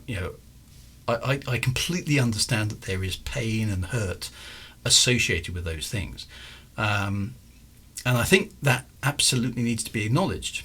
But I'm not convinced it's a good basis for making decisions on that subject. That's my wariness on those sort of things, I suppose. So maybe that's an appeal to rationality instead of emotion. But sometimes the flip side of that is, of course, if something is, let's go back to the phrase right at the beginning, egregious. If something is egregiously bad, is it correct to get emotional about it and thus have an emotional reaction to it and decide there and then that that's not acceptable and that's it, boom? We're humans after all. We're not Vulcans. We are emotional creatures. Is it not correct to run with those emotions rather than being considering and trying to take everything into consideration and prevaricating for hours and hours and hours over the correct solution? I don't know. I'm more comfortable with procrastinating, as you probably worked out. But so yeah, okay. So actually, there's a few things coming through on the chat. People always pick their own tribe group in the question of who to side with. So actually, the tribe. That's a very good point, Bloodyfield. The tribalism that we experience is a very powerful thing in human nature. Very, very powerful. And Alan's quite correct there as well. It's easy to think I'm an average sort of person in the world level. I'm very privileged. Anybody in the Western world with a computer and the internet is insanely privileged compared to an awful, probably 90% of the rest of the world. Okay, we have, access through our PCs, through the internet, to a wealth of information that any previous generation had. It's unimaginable. Okay, it's unimaginable. The power we have at our command to summon any text from any historical era, to research things. The power we have at our fingertips just by virtue of things like the internet is absolutely astonishing. And any previous generation would have made us, king of everything. All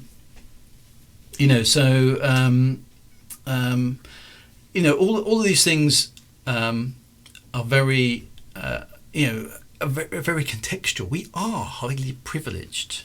We are highly privileged. And you could argue that with such privilege comes, great responsibility. We certainly shouldn't take it for granted.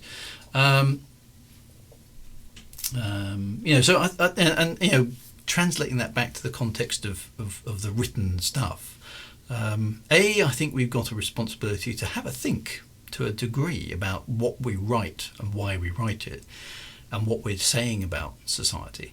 But on the flip side, I don't subscribe to the view that we need to consciously edit what we write in order to either support or oppose whatever we believe the status quo to be in society. I've heard people say, if you are not criticising the establishment, you are tacitly supporting it.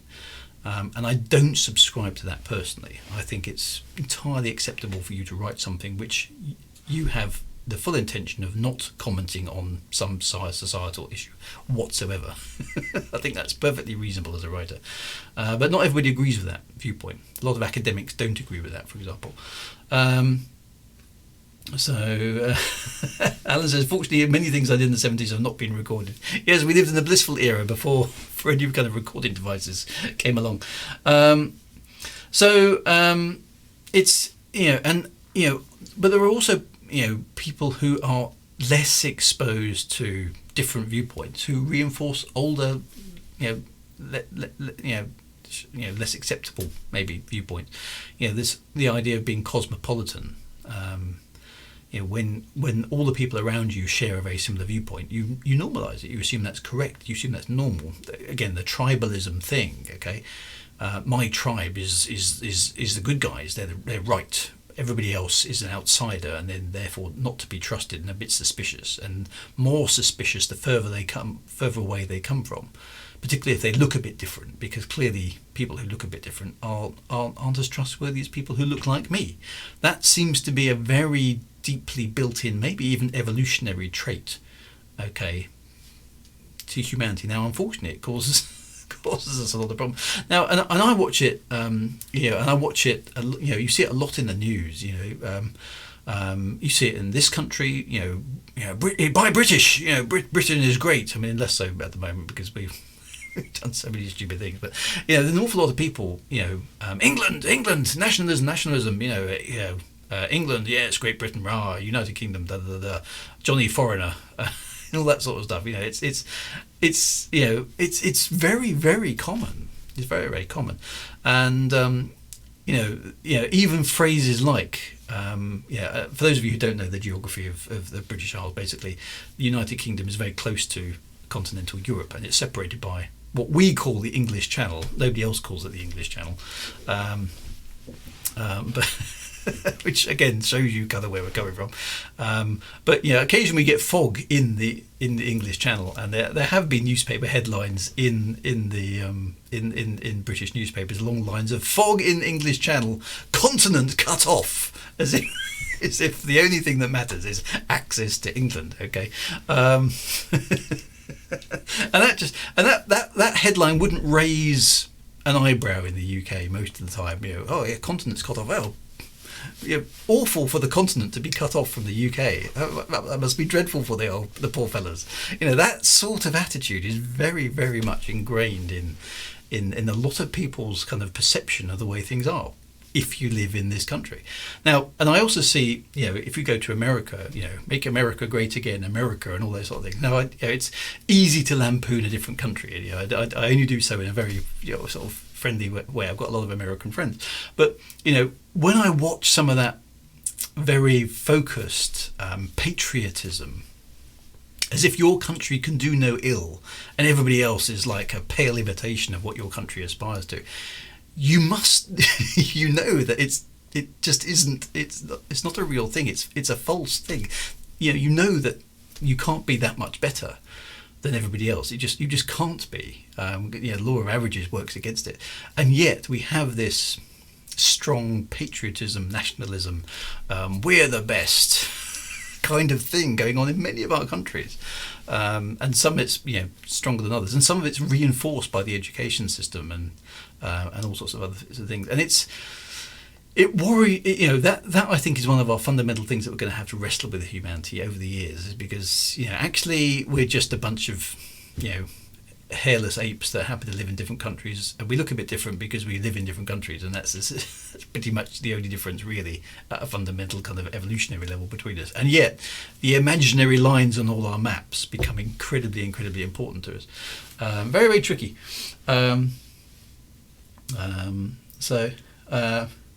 Nationalism worked for Germany in the 1930s. Yeah, that went well. And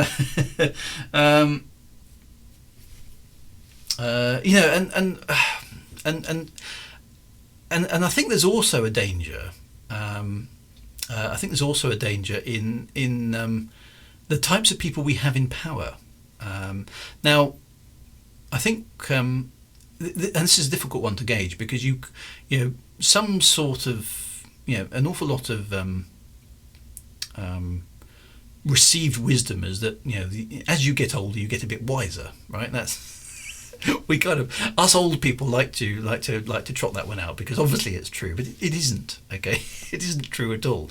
Just because you're older doesn't mean you're wiser at all. All right, it's possible that you are, but it's not a given. Okay, I know an awful lot of people who are way older than me who are completely bat mad, right? Bat shit crazy, as we say in the UK. I wouldn't want them in charge of opening a paper bag. Just because they're old doesn't mean anything.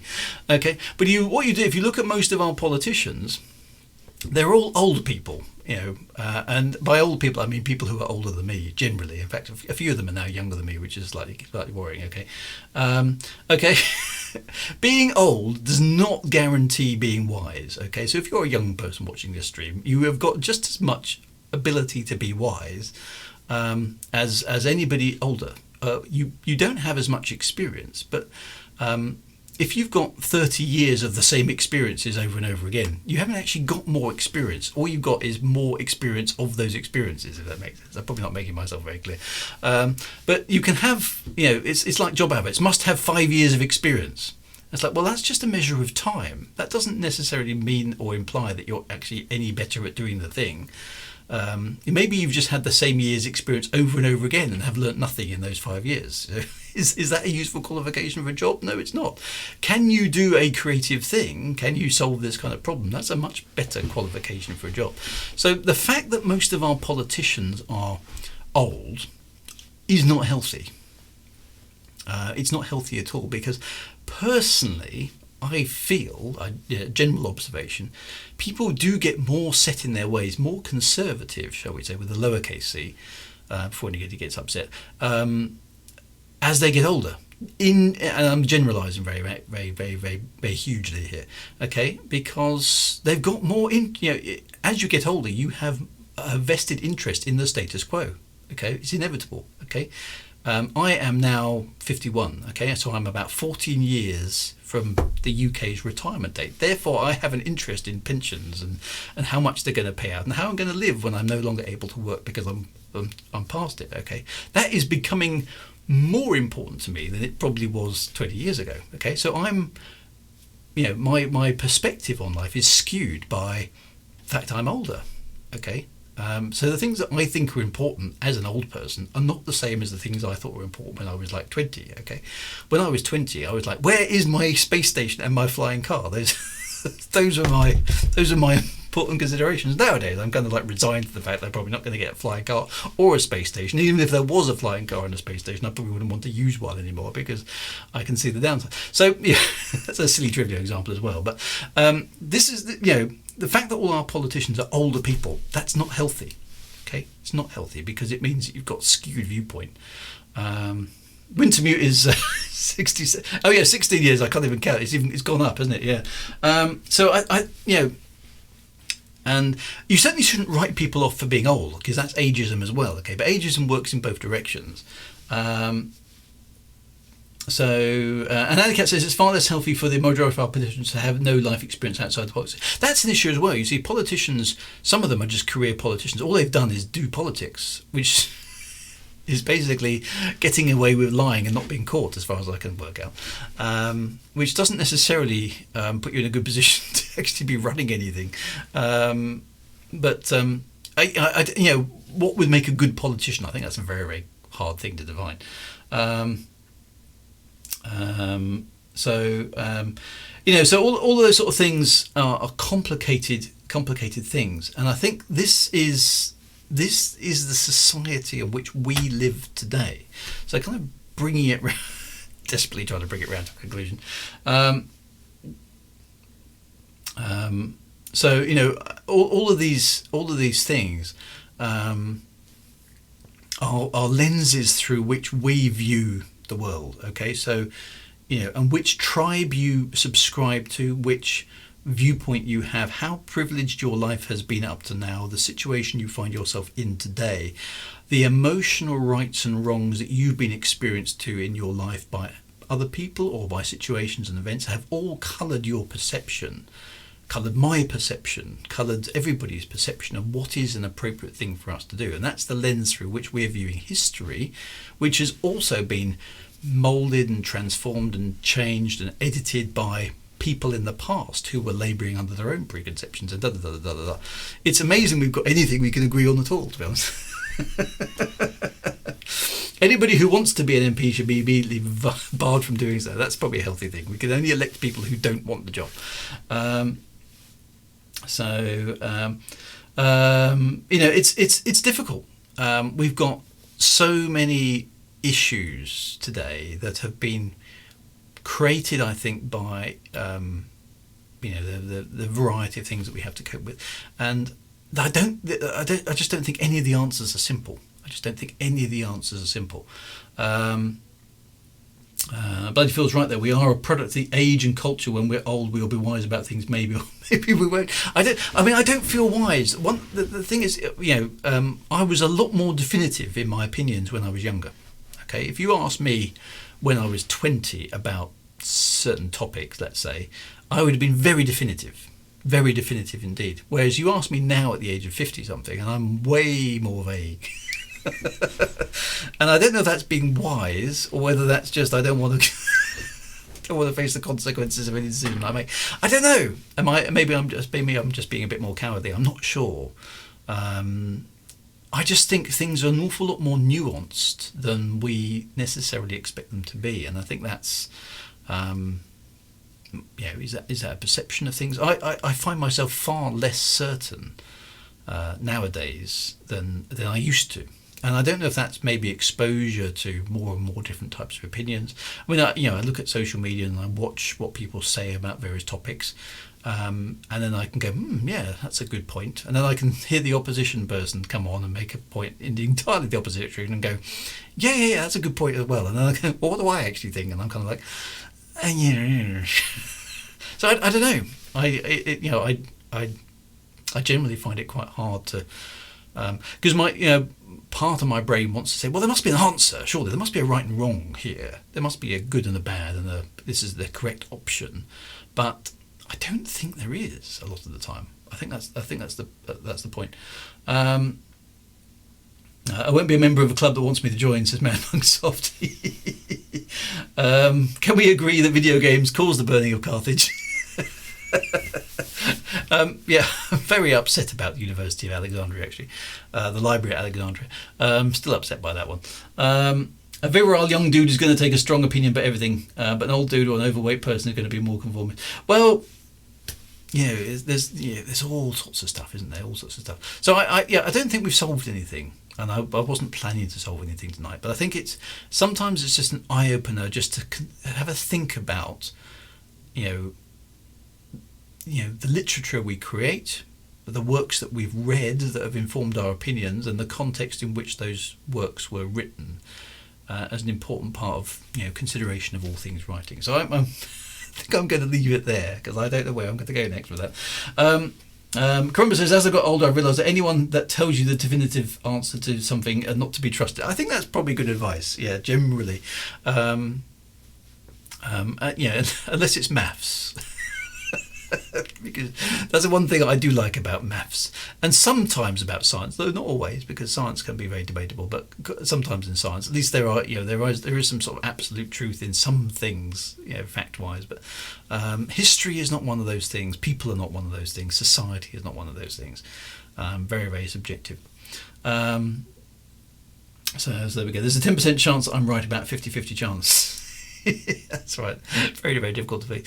So anyway, I hope that everyone's been very civilised on the chat. So thank you very much for that. It's sometimes it's difficult to even approach these conversations because people get very antsy about things very, very quickly and easily. And I think that's one of the things that we've lost today is the ability to actually sit down and go, actually, we all don't agree on this, okay, and that's okay. Let's just talk about it. Let's just explore everybody's point of view. We don't have to be antagonistic and try and convince the other person.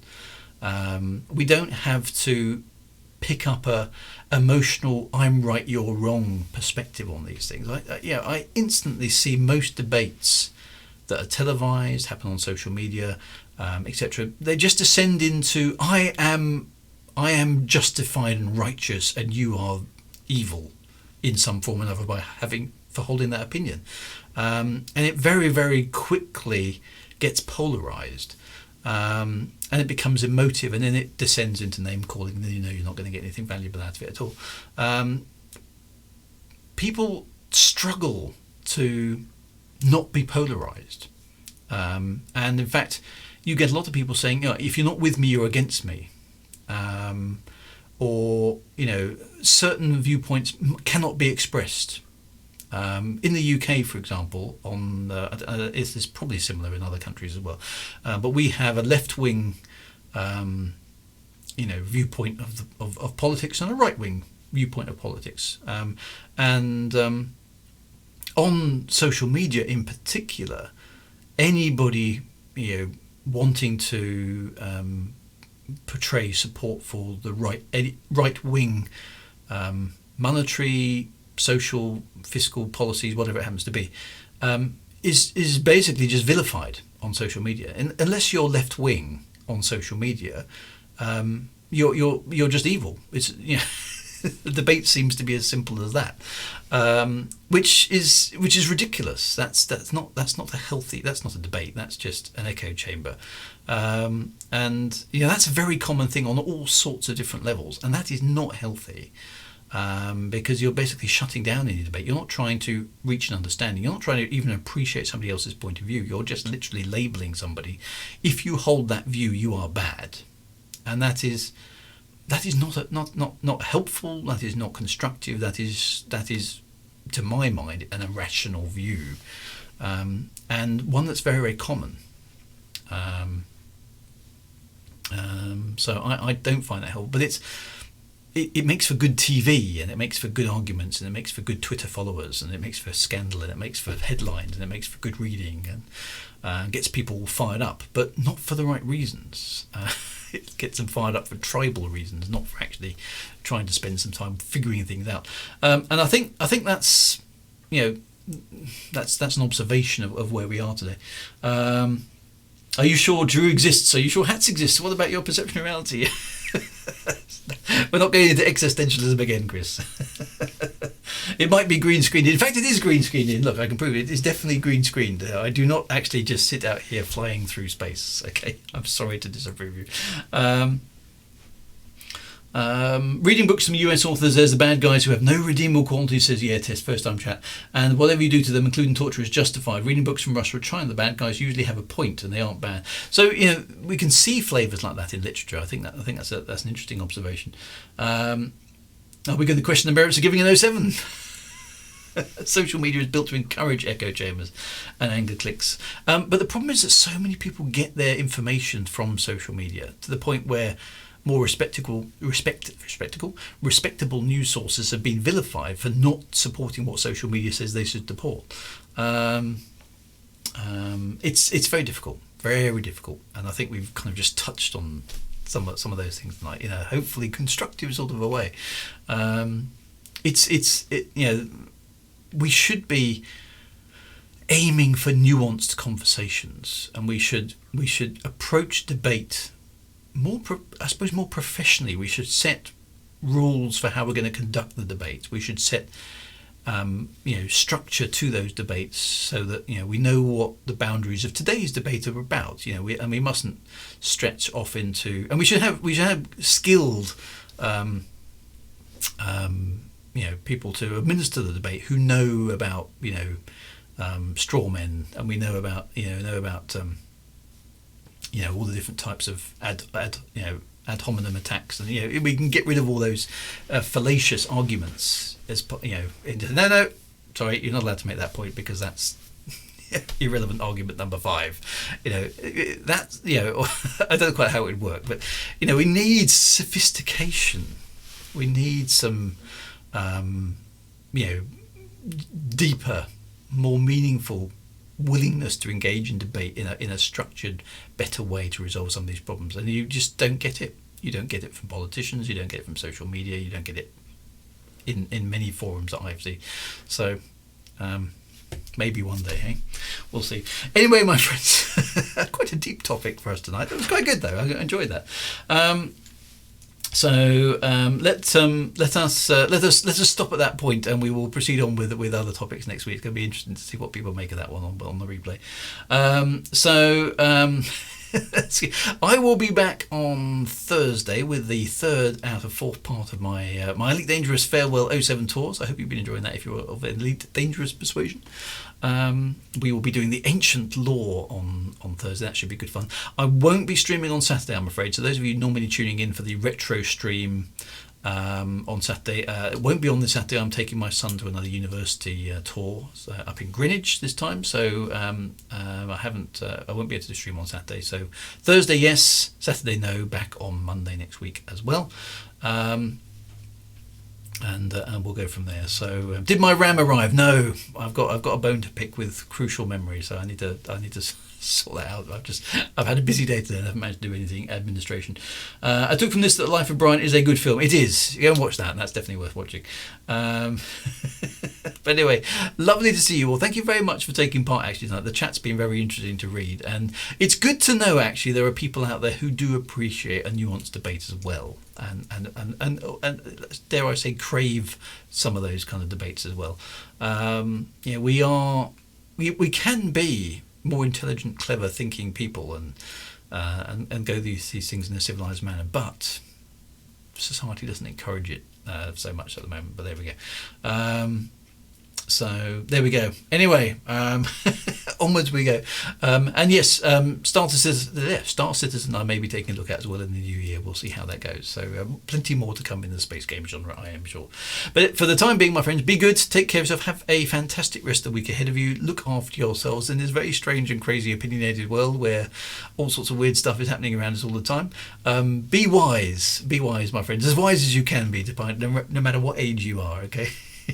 Take care, be good, see you soon, and I look forward to seeing you on Thursday, if not before. Take care, my friends, be good, and right on.